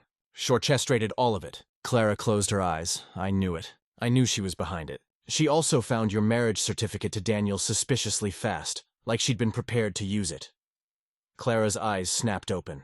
You think she tampered with the DNA test? I don't know, but I'm going to find out. I'm ordering a new test tomorrow. A secure one. One she can't touch. And until then, Clara's voice was small, scared. What happens to Mary Johnson? She's heartbroken. She thinks you hate her. I don't hate her. I could never hate her. Johnson leaned forward, took Clara's hand. It was so cold, so fragile. I'm sorry for what I said tonight to both of you. I was angry and hurt, and I lashed out. That was wrong. You have every right to be angry. If the test is wrong, if someone did tamper with it, Clara's breathing was getting more labored. Johnson, promise me something. Anything. If I don't make it through this treatment, if the cancer wins, promise me you'll take care of Mary. Even if the test says she's not yours, even if you're not legally obligated, she needs someone. She can't go into the system. Please, Clara, promise me. The heart monitor started beeping faster. Clara was getting agitated, and the nurse stuck her head in the door, concerned. Everything okay? Fine, Johnson said quickly to Clara. I promise. But you're going to make it through this. You're going to fight, and you're going to win. Mary needs her mother. But if I don't, then I'll take care of her. Test or no test. DNA or no DNA. I promise. Clara relaxed slightly. The monitor slowed. She squeezed Johnson's hand with what little strength she had. Thank you, she whispered. Thank you for giving us a chance. Johnson stayed with Clara until the sun came up. She drifted in and out of sleep, her body fighting both the cancer and the treatment meant to kill it. He watched her. This woman he'd loved, lost, and maybe was finding again, and wondered how everything had gotten so twisted. Around 6 a.m., his phone buzzed. A text from Mary. Is Mom okay? The nurses won't tell me anything because I'm just a kid. Johnson replied, She's stable. I'm with her now. She had a rough night, but she's resting. Can I come see her? Not yet. Let her sleep a bit. I'll call you when she wakes up. Okay, Dad. Thank you for going to her. Even if you're mad at us, thank you for not letting her be alone. Johnson stared at that message for a long time. Even if you're mad at us. Like Mary had already accepted that she might not be his daughter, but she still called him Dad, still thanked him. Still loved him. What kind of monster had he become last night to hurt a child like that? At 7 a.m. he called Dr. Collins. Johnson, it's early. I need you to run another paternity test. Today there was a pause. Johnson, we just ran one. Their salts were conclusive. I think they were tampered with. That's impossible. My lab has the highest security standards. Veronica had access to your office. She's been there with me before. She knows your staff. Another pause longer this time. You think Veronica interfered with the test? I think it's possible, and I need to know for sure. Can you run another one? Different lab, different processed samples that never leave my sight. Dr. Collins sighed. Yes, I can send the samples to a lab in New York. They're completely independent. No connection to my practice. But Johnson, you need to prepare yourself for the possibility that the first test was correct. I know, but I need to be sure. Come by at noon. Bring Mary. We'll do new swabs and I'll personally drive them to New York myself. Thank you, Richard. Johnson hung up and texted Mary. Can Mrs. Margaret bring you to Dr. Collins's office at noon? We're doing another test. Their response was immediate. Really? You believe, Mom? I believe there might have been a mistake. That's all. Don't get your hopes up too high. Okay.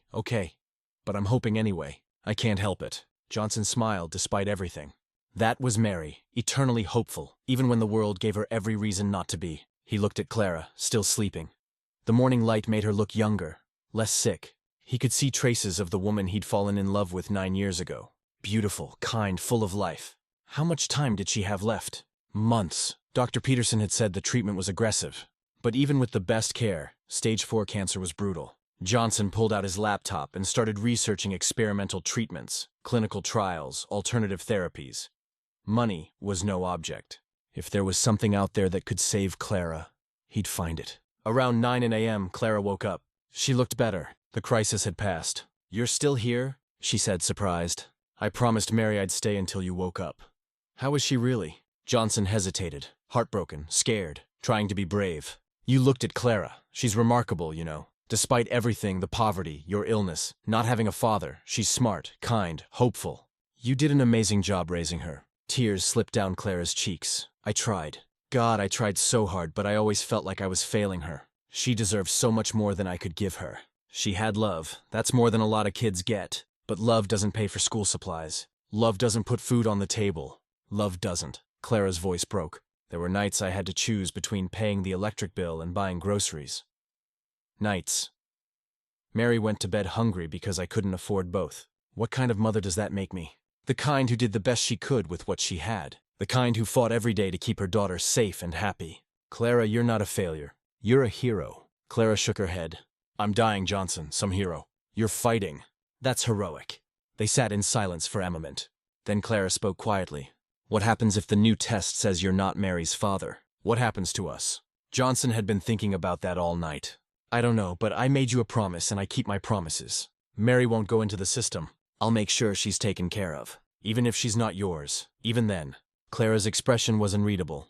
You've changed. The Johnson I knew 9 years ago wouldn't have said that. The Johnson you knew 9 years ago didn't know what it was like to lose a child he never knew he had, or to see that child's heartbreak because of his own cruelty. You weren't cruel. You were hurt. I was cruel, Johnson said firmly. I said terrible things to Mary. I made her feel like she'd done something wrong when she was completely innocent. That was cruel, Clara, and I'll regret it for the rest of my life. Before Clara could respond, there was a knock on the door. Dr. Peterson entered with his tablet. Good morning, Clara. How are you feeling? Like I got hit by a truck. That's the chemo. It's brutal, but it's working. Your latest blood work shows the tumor markers are already starting to drop. Not by much, but it's early days. This is a good sign. Clara's eyes lit up. Really, it's working so far? Yes. We've got a long fight ahead of us, but you're responding to the treatment. That's what we want to see. Dr. Peterson glanced at Johnson. Mr. Williams, can I speak with you outside for a moment? Johnson followed him into the hallway. I wanted to talk to you about Clara's prognosis, Dr. Peterson said once they were alone. The treatment is working, but her body is weak. The cancer has done significant damage. Even if we get it into remission, her recovery is going to be long and difficult. She'll need around-the-clock care, physical therapy, regular monitoring. What are you saying? I'm saying that apartment she's living in, no elevator, 4th floor walk-up, no air conditioning. It's not suitable for someone in her condition. She needs somewhere more accommodating, somewhere with help available. Johnson's mind was already racing. I have a penthouse, elevator access, spare bedrooms, space for a living nurse if needed. Dr. Peterson raised an eyebrow. You're offering to have Clara move in with you? She's the mother of Johnson paused. She's Mary's mother, and Mary is staying with me. It makes sense for them to be together. Even if the DNA test proves Mary isn't your daughter. Even then, Dr. Peterson studied him for a long moment. You're a good man, Mr. Williams. Clara and Mary are lucky to have you. Johnson wasn't so sure about that, but he nodded anyway. Back in the room, Clara was sitting up slightly, looking more alert. What did Dr. Peterson want? She asked. To tell me you're going to need help when you're discharged. More help than you can get in your current apartment. Clara's expression closed off. I'll manage. I always do. Or you and Mary could move in with me. Clara stared at him. What? I have more than enough space. You'd have your own room, access to whatever care you need. Mary would be there. It makes sense. Johnson, I can't ask you to. You're not asking. I'm offering. And before you argue, think about Mary. She needs her mother and she needs stability. Moving in with me gives her both. But if the test comes back and you're not her father, then we'll figure it out. But until then, and even after, you both need help. Let me help you, Clara, please. Clara was crying again. She seemed to cry so easily these days. The illness, the medication, the overwhelming emotion of everything. Okay, she whispered. Okay, thank you. Johnson checked his watch. Almost 11 a.m. I need to go pick up Mary. We have an appointment with Dr. Collins at noon for the new DNA test. Is there anything you need before I leave? Clara reached out and took his hand. Just don't give up on us. No matter what the test says, don't give up. I won't, Johnson promised. And as he left the hospital, heading toward Mrs. Margaret's apartment to collect Mary, he realized he meant it. Whether Mary was his biological daughter or not, she'd already claimed a piece of his heart, and he wasn't going to let her go without a fight. Mrs. Margaret's apartment was small but immaculately clean. She opened the door with a warm smile that didn't quite hide the concern in her eyes. Mr. Williams, Mary's been waiting for you. Mary appeared behind her, wearing the same old clothes from yesterday. She'd left all the new things at the penthouse. Hi, Dad, she said quietly, uncertainly, like she wasn't sure she was still allowed to call him that. Hi, sweetheart. Ready to go? Mary nodded and grabbed her backpack. She hugged Mrs. Margaret goodbye, and the elderly woman whispered something in her ear that made Mary nod seriously. In the car, Mary was silent. She sat in the back seat, staring out the window, clutching her rabbit. You can sit in the front if you want, Johnson said. That's okay. I'm fine back here. Johnson glanced at her in the rear-view mirror. She looked small, scared, nothing like the happy, chattering girl from a few days ago. Mary, I'm sorry about last night. It's okay. No, it's not. I said terrible things. I hurt you. That wasn't okay. Mary was quiet for a moment. Then, were you lying when you said you weren't my dad? The test said I wasn't, but I think the test might have been wrong. So you might still be my dad, maybe. And if you're not, her voice was so small, so scared. Johnson pulled the car over to the side of the road. He turned around to face her. Mary, listen to me very carefully. Even if this test comes back and says I'm not your biological father, even if the science says we're not related, you're still going to be special to me. You're still going to be important, and I'm still going to make sure you and your mom are taken care of. Do you understand? But you won't be my dad. Johnson struggled with how to answer that. Family isn't always about blood. Mary, sometimes it's about choice, about loving someone and choosing to be there for them. So, you choose me, even if I'm not really yours. Yes, Johnson said, and realized he meant it completely. I choose you. Mary burst into tears. She scrambled over the center console and into Johnson's arms, sobbing into his shoulder. He held her tight, his own eyes burning. I'm sorry, she kept saying. I'm sorry if I'm not yours. I'm sorry. Mom might have been wrong. I'm sorry for crying. I'm sorry. Shh. You have nothing to be sorry for. Nothing. This is all adult mess. Adult mistakes. None of it is your fault. They sat like that for a long time. Father and maybe daughter, holding each other in a car on the side of the road while traffic rushed past. Finally, Mary pulled back, wiping her eyes. We should go. We're going to be late for Dr. Collins. Right. Okay. Johnson helped her back into her seat, made sure her seatbelt was fastened. As he pulled back onto the road, Mary spoke again. Dad, can I ask you something? Anything? That lady who was at your house, Veronica. Is she your wife? No, she was my girlfriend. But we broke up last night. Because of me? Because of lies she told? Because I finally saw who she really was. Mrs. Margaret says some people wear masks. She says they pretend to be nice, but really they're mean underneath. Was Veronica wearing a mask? Johnson thought about that. Yes, I think she was. Mom never wears a mask. Even when she's sick and sad, she's still really her. That's how I know she's not lying about you being my dad. Mom doesn't know how to lie. Out of the mouths of babes, Johnson thought. Mary had seen in one day what he'd been too blind to see in 8 years. They arrived at Dr. Collins's office a few minutes before noon. The receptionist showed them straight back to Dr. Collins's private office. "Mary, Mr. Williams, right on time." Dr. Collins smiled warmly at Mary. "How are you feeling today, young lady?" "Okay, I guess. Nervous?" "Nothing to be nervous about. Just a quick swab, same as last time. It won't hurt at all." Dr. Collins performed the swab on both of them, carefully sealing each sample in separate containers. He wrote on labels himself, signed and dated them. "I'm going to drive these to New York myself this afternoon," he explained. "The lab there will process them in a secure environment. No one else will touch these samples except the technicians. Results should be back in 72 hours. 3 days, Mary said quietly. 3 days, Dr. Collins confirmed. "Can you be patient for 3 more days?" Mary nodded, but Johnson could see the anxiety in her eyes. 3 days might as well be 3 years to a 9-year-old. As they left the office, Mary slipped her hand into Johnson's. "Dad, can we go see Mom now?" "Actually, I have a surprise for you." "About your mom? What kind of surprise?" "When she gets out of the hospital, she's going to come live with us. Both of you are together." Mary stopped walking. She stared up at Johnson with wide eyes. "Really?" Even if the test says even then," Johnson confirmed. "Your mom needs help, and you need to be with your mom." "So yes, really."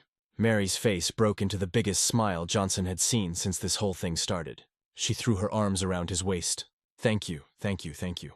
This is the best surprise ever." Johnson hugged her back, hoping desperately that the test would confirm what his heart already knew, that this little girl with her brown eyes and stubborn chin and unshakable faith was his daughter, his real daughter. Because if she wasn't, if Veronica had been telling the truth and Clara had somehow been mistaken, Johnson wasn't sure how he'd survive losing her twice.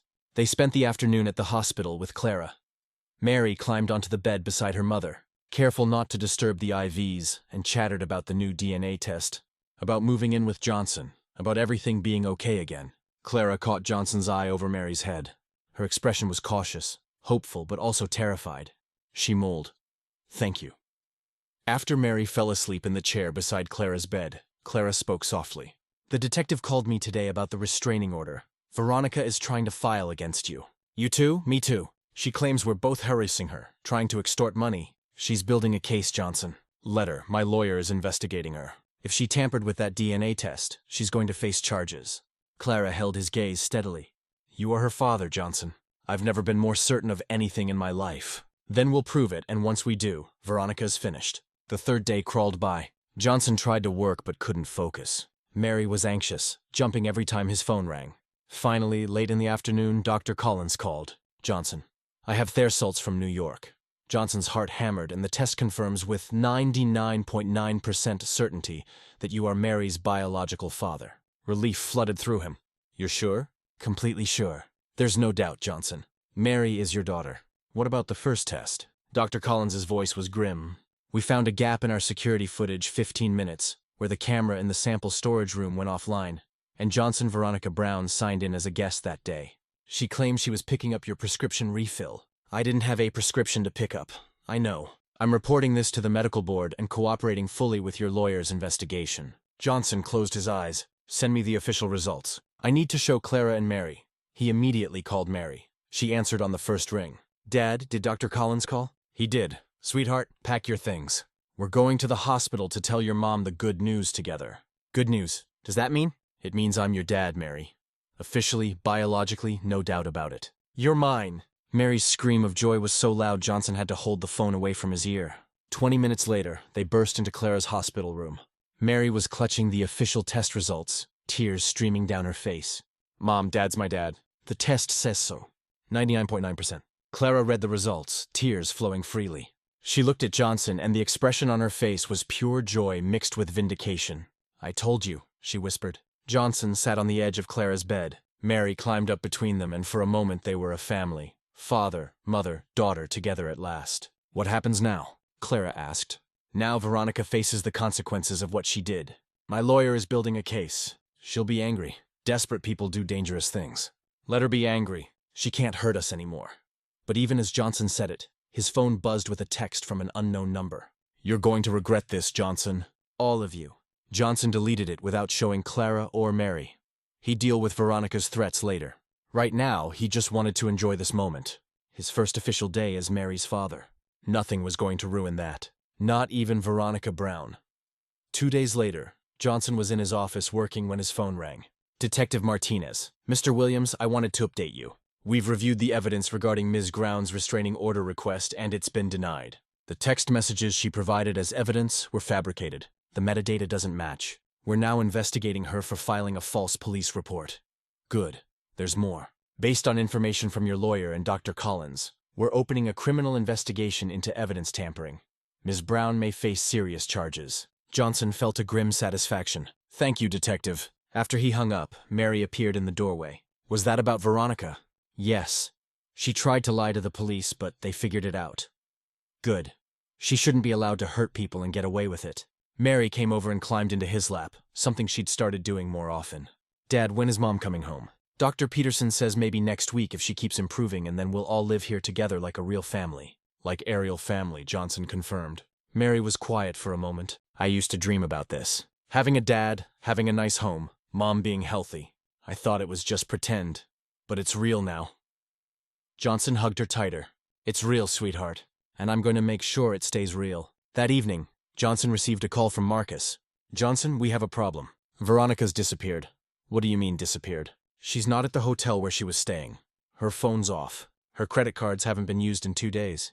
The police want to question her about the evidence tampering, but they can't find her. A chill ran down Johnson's spine. You think she ran? Either that or she's planning something. Johnson, I think you should hire security. Just until she's located. You think she's dangerous? I think she's desperate, and desperate people are unpredictable. Johnson looked toward Mary's room where she was doing homework. I'll call a security company tonight. Good. And Johnson, be careful. Watch your back. After Marcus hung up, Johnson sat in his office staring at his phone. That threatening text from 2 days ago suddenly felt more ominous. You're going to regret this, Johnson. All of you. He pulled up his contacts and called a private security firm he'd used before for corporate events. Within 2 hours, a security consultant was at this penthouse, assessing vulnerabilities and recommending 24-hour protection. Is this really necessary? Mary asked, watching the security expert check the windows. Just a precaution, sweetheart. Because of Veronica? Johnson didn't want to scare her, but he also didn't want to lie. Yes, she's upset about the breakup and the investigation. We're just being careful. Mary looked worried. Will she try to hurt us? No. The security is just to make sure she doesn't bother us. That's all. But that night, as Johnson lay in bed unable to sleep, he wondered if that was true. How far would Veronica go to maintain control? What was she capable of when everything she'd built was falling apart? He got his answer the next morning. Johnson woke to his phone ringing at 6 a.m. Dr. Peterson. Johnson, there's been an incident at the hospital. Johnson sat both upright. What kind of incident? Someone tried to access Clara's room last night. A woman matching Veronica Brown's description. Security stopped her, but she got away before police arrived. Is Claire okay? She's fine. Shaken, but fine. I've increased security on her floor and I've contacted the police. But Johnson, I think you should get down here. Johnson was dressed and out the door in minutes. He left Mary with the security guard who'd stayed overnight, promising he'd be back soon. At the hospital, he found Clara surrounded by nurses and a police officer taking a statement. Johnson. Clara reached for his hand when she saw him.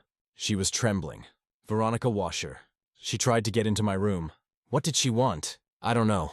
The nurse said she was dressed in scrubs trying to blend in, but someone recognized her from the photos the police circulated. When security approached her, she ran. The police officer turned to Johnson. Mr. Williams, do you have any idea where Ms. Brown might be? No, I haven't spoken to her since she moved out. We need to find her before she does something we'll all regret. Based on her behavior, we're treating her as potentially dangerous. I'm recommending protection for both you and Miss Carter. Clara squeezed Johnson's hand harder. I'm scared. What if she comes back? What if she tries to hurt Mary? She won't get near Mary. I have security at the penthouse, and I'm not leaving you alone here. Dr. Peterson cleared his throat. Actually, I think it might be time to discharge Clara. She's stable enough to continue treatment as an outpatient. She'd be safer at your home with security than here where anyone can access the hospital. Then let's do it today. Within hours, that discharge was arranged. Clara was weak and still needed help walking, but she was mobile enough to leave. Johnson helped her into his car while a security escort followed them. Mary was waiting at the penthouse, practically bouncing with excitement. Mom, you're home. You're really home. Clara hugged her daughter, tears streaming down her face. I'm home, baby. Johnson helped Clara to the guest room that had been prepared for her. A hospital bed borrowed from Dr. Peterson, medical equipment, everything she might need. but Clara stopped in the doorway. "It's beautiful," she whispered. "Johnson, this is too much." "Nothing is too much. You need to rest and get better. This room has everything for that." Over the next few days, they settled into a routine. A nurse came twice daily to check on Clara and administer her medications. Mary helped her mother with small tasks, bringing her water, reading to her, just sitting with her. Johnson worked from home, never far from either of them. But Veronica's shadow hung over everything. She still hadn't been found. Then 1 week after Clara came home, Johnson received a package. No return address. Inside was a letter in Veronica's handwriting. "Johnson, you've destroyed everything. My life, my reputation, my future. All because of a woman who lied to you and a child who might not even be yours. You chose them over me. Over 8 years together, you'll regret this choice. They'll regret it too. You think you've won, but this isn't over, not even close." Johnson immediately called Detective Martinez and forwarded the letter. She promised to intensify the search. That night, Johnson couldn't sleep. He got up around 2 a.m. and checked on Mary, sleeping peacefully, with Mr. Whiskers curled beside her. Then he checked on Clara, who was also asleep, her breathing steady. Everything seemed fine, quiet, sick. But Johnson couldn't shake the feeling that something was coming, that Veronica wasn't done yet. And he was right. The next morning would change everything. The alarm woke Johnson at 6 a.m. He went through his morning routine, shower, coffee, checking emails, trying to maintain some sense of normalcy, despite the constant undercurrent of anxiety about Veronica. Mary wandered into the kitchen around 7, still in her pajamas, rubbing her eyes. "Morning, Dad. Morning, sweetheart. Want some breakfast? Can I have pancakes again?" "You can have pancakes every day if you want." While Johnson cooked, his phone rang. "Detective Martinez, Mr. Williams, we've located Veronica Brown." Johnson's grip tightened on the spatula. "Where?" "She's at Seattle Medical Center. In the emergency room." "What? Why?" "Apparent overdose, pills, and alcohol. A hotel maid found her and called 911. She's stable, but Detective Martinez paused. She's asking to see you." "Absolutely not. I understand. But Mr. Williams, she's making claims about the DNA test, about Clara, about a lot of things. She says she has information that could change everything. She says she'll only talk to you." Johnson looked at Mary, happily munching on a pancake, completely unaware of the conversation. "I'll be there in an hour." He called the nurse to come early and stay with Clara and Mary, then headed to the hospital with his security guard following discreetly behind. Detective Martinez met him outside the emergency room. "She's in room 4. I'll be right outside the door. If you feel uncomfortable at any point, just leave." Johnson nodded and entered the room. Veronica looked terrible. Her normally perfect hair was matted, her face pale and blotchy from crying, and 4 dripped into her arm, and monitors beeped steadily beside the bed. "Join," she whispered when she saw him. "You came. You have 5 minutes." The detective said, "You had information." Veronica's eyes filled with tears. "I'm sorry. I'm so sorry for everything. The photos of Clara, the lies, tampering with the DNA test, all of it. I destroyed your life because I was obsessed with you. I already know all of this, if that's all you wanted to say." "Wait." Veronica struggled to sit up. "There's more things you don't know about Clara's marriage to Daniel." Johnson's jaw tightened. "What about it? I didn't just find those marriage records. Johnson, I arranged the marriage. I paid Daniel Morrison $15,000 to marry Clara." The room seemed to tilt. "You what?" "After you broke up with her, Clara was pregnant and desperate. I found Daniel, an old college friend of hers who was struggling financially. I offered him money to marry her to make it look like she'd moved on. Like maybe the baby washes. I thought if you ever tried to reconcile with her, you'd see she was married to someone else and give up." Johnson felt sick. "You manipulated her entire life." "I manipulated everything. The annulment 2 years later, I arranged that too. Paid Daniel even more to leave and never contact Clara again. It wanted her alone, struggling. So if you ever found out about Mary, Clara would look like a failure. Like someone unworthy of you." "You're a monster." "I know," Veronica was sobbing now. "I know what I am, but Johnson, I loved you. I've loved you since we were in college together. I watched you fall for Clara, and it destroyed me. When I finally had a chance to be with you, I took it. I did terrible things to keep you, and then you tried to hurt Clara at the hospital. Why?" Veronica's face crumpled. "I was going to beg her to leave, to take Mary and disappear. I was going to offer her money, a lot of money, to just go away and leave you alone. But I never got the chance to talk to her. Security caught me first." Johnson stared at this woman he'd spent 8 years with. How had he never seen the depth of her obsession? The length she'd go to? "Is there anything else?" he asked coldly. "Just..." Veronica reached out toward him, but Johnson stepped back. "Just that I'm sorry. I know you'll never forgive me. I know I destroyed everything. That's why I tried to end it. I couldn't live with what I'd done. That's not my problem, Veronica. You made your choices. Now you live with the consequences. He turned to leave. Johnson, wait. There's one more thing about Daniel. Johnson paused at the door. What about him? He's in Seattle. He arrived 3 days ago. I called him, told him about Mary, about the DNA results. I thought maybe if he showed up claiming to be Mary's father, it would cause enough confusion that she trailed off. I'm sorry. I'm so sorry. Johnson left without another word. Outside the room, Detective Martinez was waiting. Did you get all that? Johnson asked. Every word we're recording with her consent. This is enough to press formal charges. Conspiracy, fraud, evidence tampering, stalking, harassment. She's looking at serious prison time. Good. Johnson felt no satisfaction, only exhaustion. Detective, she mentioned Daniel Morrison. Said he's in Seattle. We'll locate him. If he's planning to interfere, we need to know. Johnson drove back to the penthouse, his mind racing. Daniel was in Seattle. Veronica had called him, fed him information. What was Daniel planning to do with it? When he arrived home, Clara was in the living room looking stronger than she had in days. The nurse had helped her shower and dress in real clothes instead of pajamas. Mary was doing homework at the dining table. Johnson, you look upset. What happened? Johnson sat down beside Clara and told her everything. Veronica's confession, the arranged marriage, Daniel being in Seattle. Clara's face went white. She paid Daniel to marry me, $15,000, then paid him again to leave. I always wondered why he offered to help me. We weren't that close in college. And then why he suddenly wanted an annulment out of nowhere. Clara covered her face with her hands. My entire life has been manipulated by her. Not anymore. She's facing criminal charges. She'll be locked up for years. But Daniel Johnson, what if he tries to claim Mary as his? What if he causes problems? He can't. The DNA test proves Mary is mine. But what if he lies? What if he produces some fake evidence? What if Johnson took Clara's hands? Clara, stop! We have proof. Scientific, undeniable proof. Nothing Daniel says or does can change that. But Clara's fear was contagious. Johnson couldn't shake the feeling that this wasn't over yet. His phone rang that evening. A known number. Against his better judgment, he answered, Mr. Williams? A man's voice unfamiliar. This is Daniel Morrison. I believe we need to talk. Johnson's blood ran cold. I have nothing to say to you. I think you do. I'm standing outside your building right now. Come down and talk to me or I'll start making phone calls. To newspapers, to gossip blogs, to anyone who will listen to my story about how you stole my wife and daughter. Clara was never your wife in any real sense.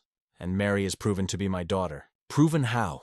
With a DNA test. Test can be wrong, Mr. Williams, or tampered with. The public doesn't need proof. They just need a good story.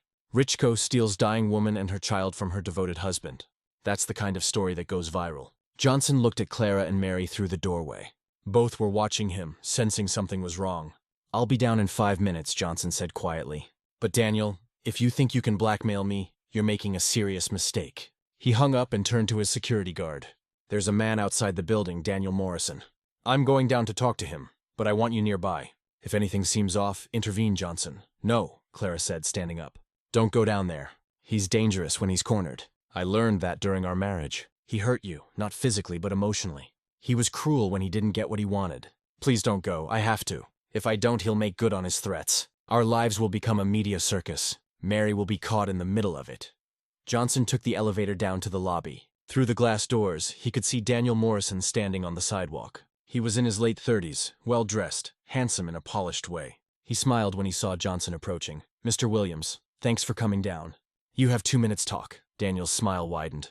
Straight to business. I like that. Here's the situation. Veronica Brown contacted me 3 days ago. Told me all about you and Clara, and this miraculous daughter who suddenly appeared. She offered me money to come here and cause problems for you, and you took it. Of course, I took it. Do you know how much money Veronica has? I should say she liquidated everything. Stocks, bonds, her trust fund.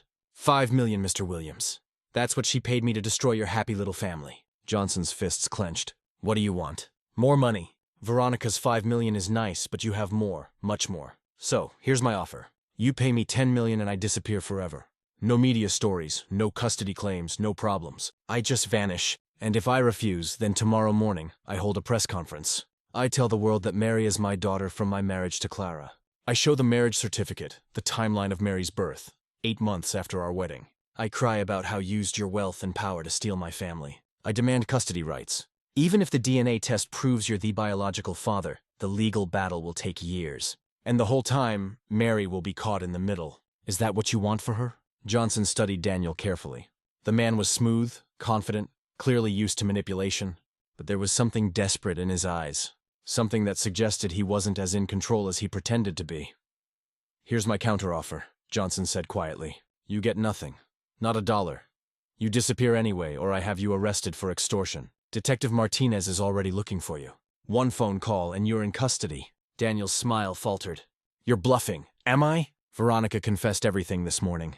The arranged marriage, the payoff, all of it. It's all on record. You're an accomplice to fraud, Daniel. You might want to check with a lawyer about what that means for you. I had a contract with Clara, illegal marriage. A marriage you entered under false pretenses for money. That's fraud. And now you're trying to extort me. That's another crime. Johnson pulled out his phone. Last chance. Walk away now or I call the detective. For the first time, fear flashed across Daniel's face.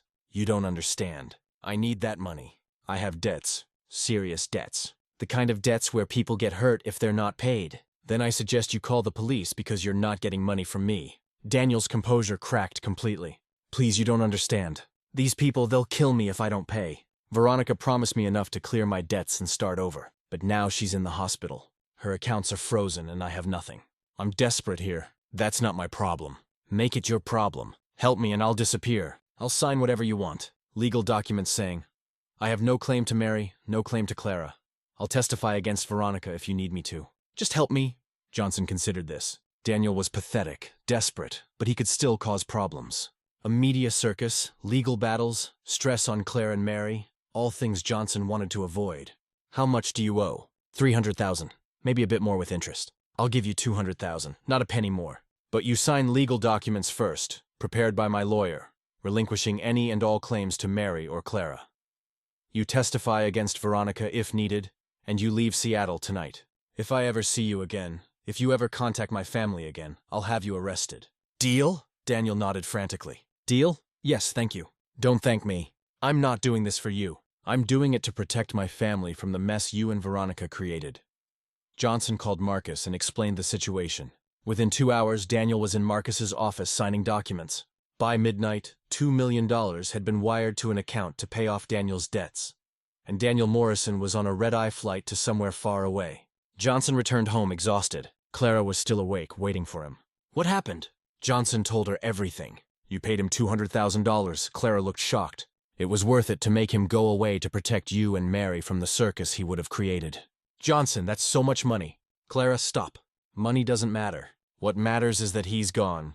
Veronica is going to prison, and we can finally move forward without looking over our shoulders. Clara started crying big relieved sobs. Johnson held her, and for the first time in weeks, he felt like maybe things were actually going to be okay. It's over, he whispered. It's finally over. Butas, he said it. A small voice in the back of his mind whispered that it wasn't quite over yet. Not until Veronica was officially charged and sentenced. Not until Clara was healthy again. Not until they were truly finally safe. 3 months later, Johnson stood at the floor-to-ceiling windows of his penthouse, watching the sunrise paint Seattle's skyline in shades of gold and pink. Behind him, he could hear Mary's laughter and Clara's softer voice responding. The sound of his family. His family. 3 months had passed since Daniel disappeared. 3 months since, Veronica had been formally charged with fraud, evidence tampering, stalking, and conspiracy. Her trial was set for next month, but Johnson had already moved on. She was no longer his concern. Dad, breakfast is ready, Mary called from the kitchen. Johnson turned to find Clara standing at the stove flipping pancakes. She'd gained weight. Her hair was growing back in soft curls after the chemo, and the color had returned to her cheeks. Dr. Peterson called it a miracle. The cancer was in complete remission. Johnson called it determination. Clara had fought like hell and she'd won. You're supposed to be resting, Johnson said, coming up behind her. I've been resting for 3 months. I'm making my daughter breakfast. Clara turned and smiled at him. That same smile that had made him fall in love with her 9 years ago. Besides, you can't cook pancakes to save your life. That's true, Mary chimed in, setting the table. She was wearing one of her new school uniforms. She'd started at a private school last month and was thriving. Dad burns everything. I don't burn everything, Johnson protested. You burned toast last week, Clara said. Toast is harder than it looks. They ate breakfast together, the morning sun streaming through the windows. Mr. Whiskers sat on Mary's lap, hurrying contentedly and begging for scraps. After breakfast, Mary went to her room to finish some homework. Clara and Johnson cleaned up together, moving around the kitchen with an easy familiarity that had developed over the past months. "Johnson," Clara said quietly, "I've been thinking about us about what happens next." She dried her hands on a towel and turned to face him. "I'm getting better. Dr. Peterson says in another month or two I'll be strong enough to live on my own again. Mary and I could get our own place." "No, Johnson." "Clara, do you want to leave?" She hesitated. "I don't know. I don't want to overstay our welcome. You've done so much for us already." "That's not what I asked. Do you want to leave?" Clara looked down. "No, but I don't want to assume." Johnson took her hands. "Clara, I've been thinking too about us, about our family, about how much I lost 8 years ago, and how lucky I am to have gotten a second chance." He took a deep breath. "I don't want you and Mary to leave ever. I want you to stay, both of you permanently. Johnson, I'm not asking you to marry me. Not yet. I know it's too soon and you need time and we need to rebuild what we had, but Clara, I love you. I never stopped loving you and I want the chance to prove it. To court you properly this time, to do things right." Tears streamed down Clara's face. "You love me. I've always loved you. Even when I thought I hated you, even when I was with Veronica, some part of me always loved you. And now that I have you back, now that I know the truth, I'm not letting you go again." Clara threw her arms around his neck. "I love you too. I never stopped. Even when you wouldn't see me, even when I thought I'd lost you forever, I loved you." They stood there in the kitchen holding each other while the morning light filled the room with warmth. A throat cleared behind them. Mary stood in the doorway, grinning. "Are you guys kissing? Because if you're going to kiss, I want to watch. I've been waiting for this forever." Clara laughed, pulling away from Johnson. "How long have you been standing there?" "Long enough to hear Dad say he loves you." Mary came over and hugged both of them. "Does this mean we're staying?" "We're not moving out. We're staying," Johnson confirmed. "Yes," Mary pumped her fist. "I knew it. Mrs. Margaret said you guys were in love but trying to pretend you weren't. She says grown-ups do that a lot." "Mrs. Margaret is very wise," Johnson said dryly. The rest of the day passed in a blur of happiness. They went to the park, had lunch at Mary's favorite burger place, visited a bookstore where Mary picked out a dozen new books. Just a normal family doing normal things, but it felt extraordinary to Johnson. Every moment felt precious, hard-won. That evening, after Mary was in bed, Johnson and Clara sat on the couch together, her head on his shoulder. "I got a call from Detective Martinez today," Johnson said. "Veronica accepted a plea deal. 8 years in prison for the fraud and evidence tampering charges. She'll be eligible for parole in 5. How do you feel about that?" "I feel nothing. She's not my concern anymore. My concern is here." He kissed the top of Clara's head. "With you and Mary 8 years, Clara said softly. "The same amount of time she stole from us. Poetic justice, I suppose." They sat in comfortable silence for a while. Then Clara spoke again. "You said you weren't asking me to marry you yet. When will you ask?" Johnson smiled. "Are you rushing me, Miss Carter?" "Maybe. I've waited 9 years for you, Johnson Williams. I think I've been patient enough." "Well, I was thinking maybe in 6 months. After you're completely recovered, after Mary settled in her new school. After we've had time to be a real couple again." 6 months, Clara repeated. "I can wait 6 months." "Good, because I want to do it right this time. Romantic proposal, big wedding, everything you deserve." "I don't need a big wedding. I just need you. You're getting both." 6 months later, the wedding was held in a garden overlooking Puget Sound. Small, intimate, just close friends and family. Mary was the flower girl. Wearing a white dress she picked out herself, grinning so wide her face hurt. Clara walked down the aisle in a simple ivory gown, her hair fully grown back, her body healthy and strong. She was beautiful, radiant, and Johnson felt his throat tighten as she approached. The ceremony was short and sweet. They exchanged vows they'd written themselves, promises to love, to honor, to cherish, to never let lies or misunderstandings come between them again. When the officiant said, "You may kiss the bride," Johnson pulled Clara close and kissed her thoroughly to the applause and cheers of their guests. Finally, Mary shouted, "You guys took forever." Everyone laughed. At the reception, Johnson watched Clara dance with Mary. Both of them laughing, both of them healthy and happy, his wife and his daughter, his family. Dr. Peterson approached with a glass of champagne. "Congratulations, Johnson. You've come a long way from that day you burst into my office with Clara. We all have." Johnson clinked his glass against the doctor's. "Thank you, Peter, for everything. You saved her life. I just did my job. Clara saved her own life by fighting, and you gave her something to fight for." Later, as the sun set over the water, painting the sky in brilliant oranges and purples, Johnson found himself alone with Clara for a moment. "Happy?" he asked. "Happier than I ever thought possible," Clara said. A year ago, I thought I was dying. I thought Mary would grow up without either parent. And now, she gestured to the party around them. Now I have everything. We have everything, Johnson corrected.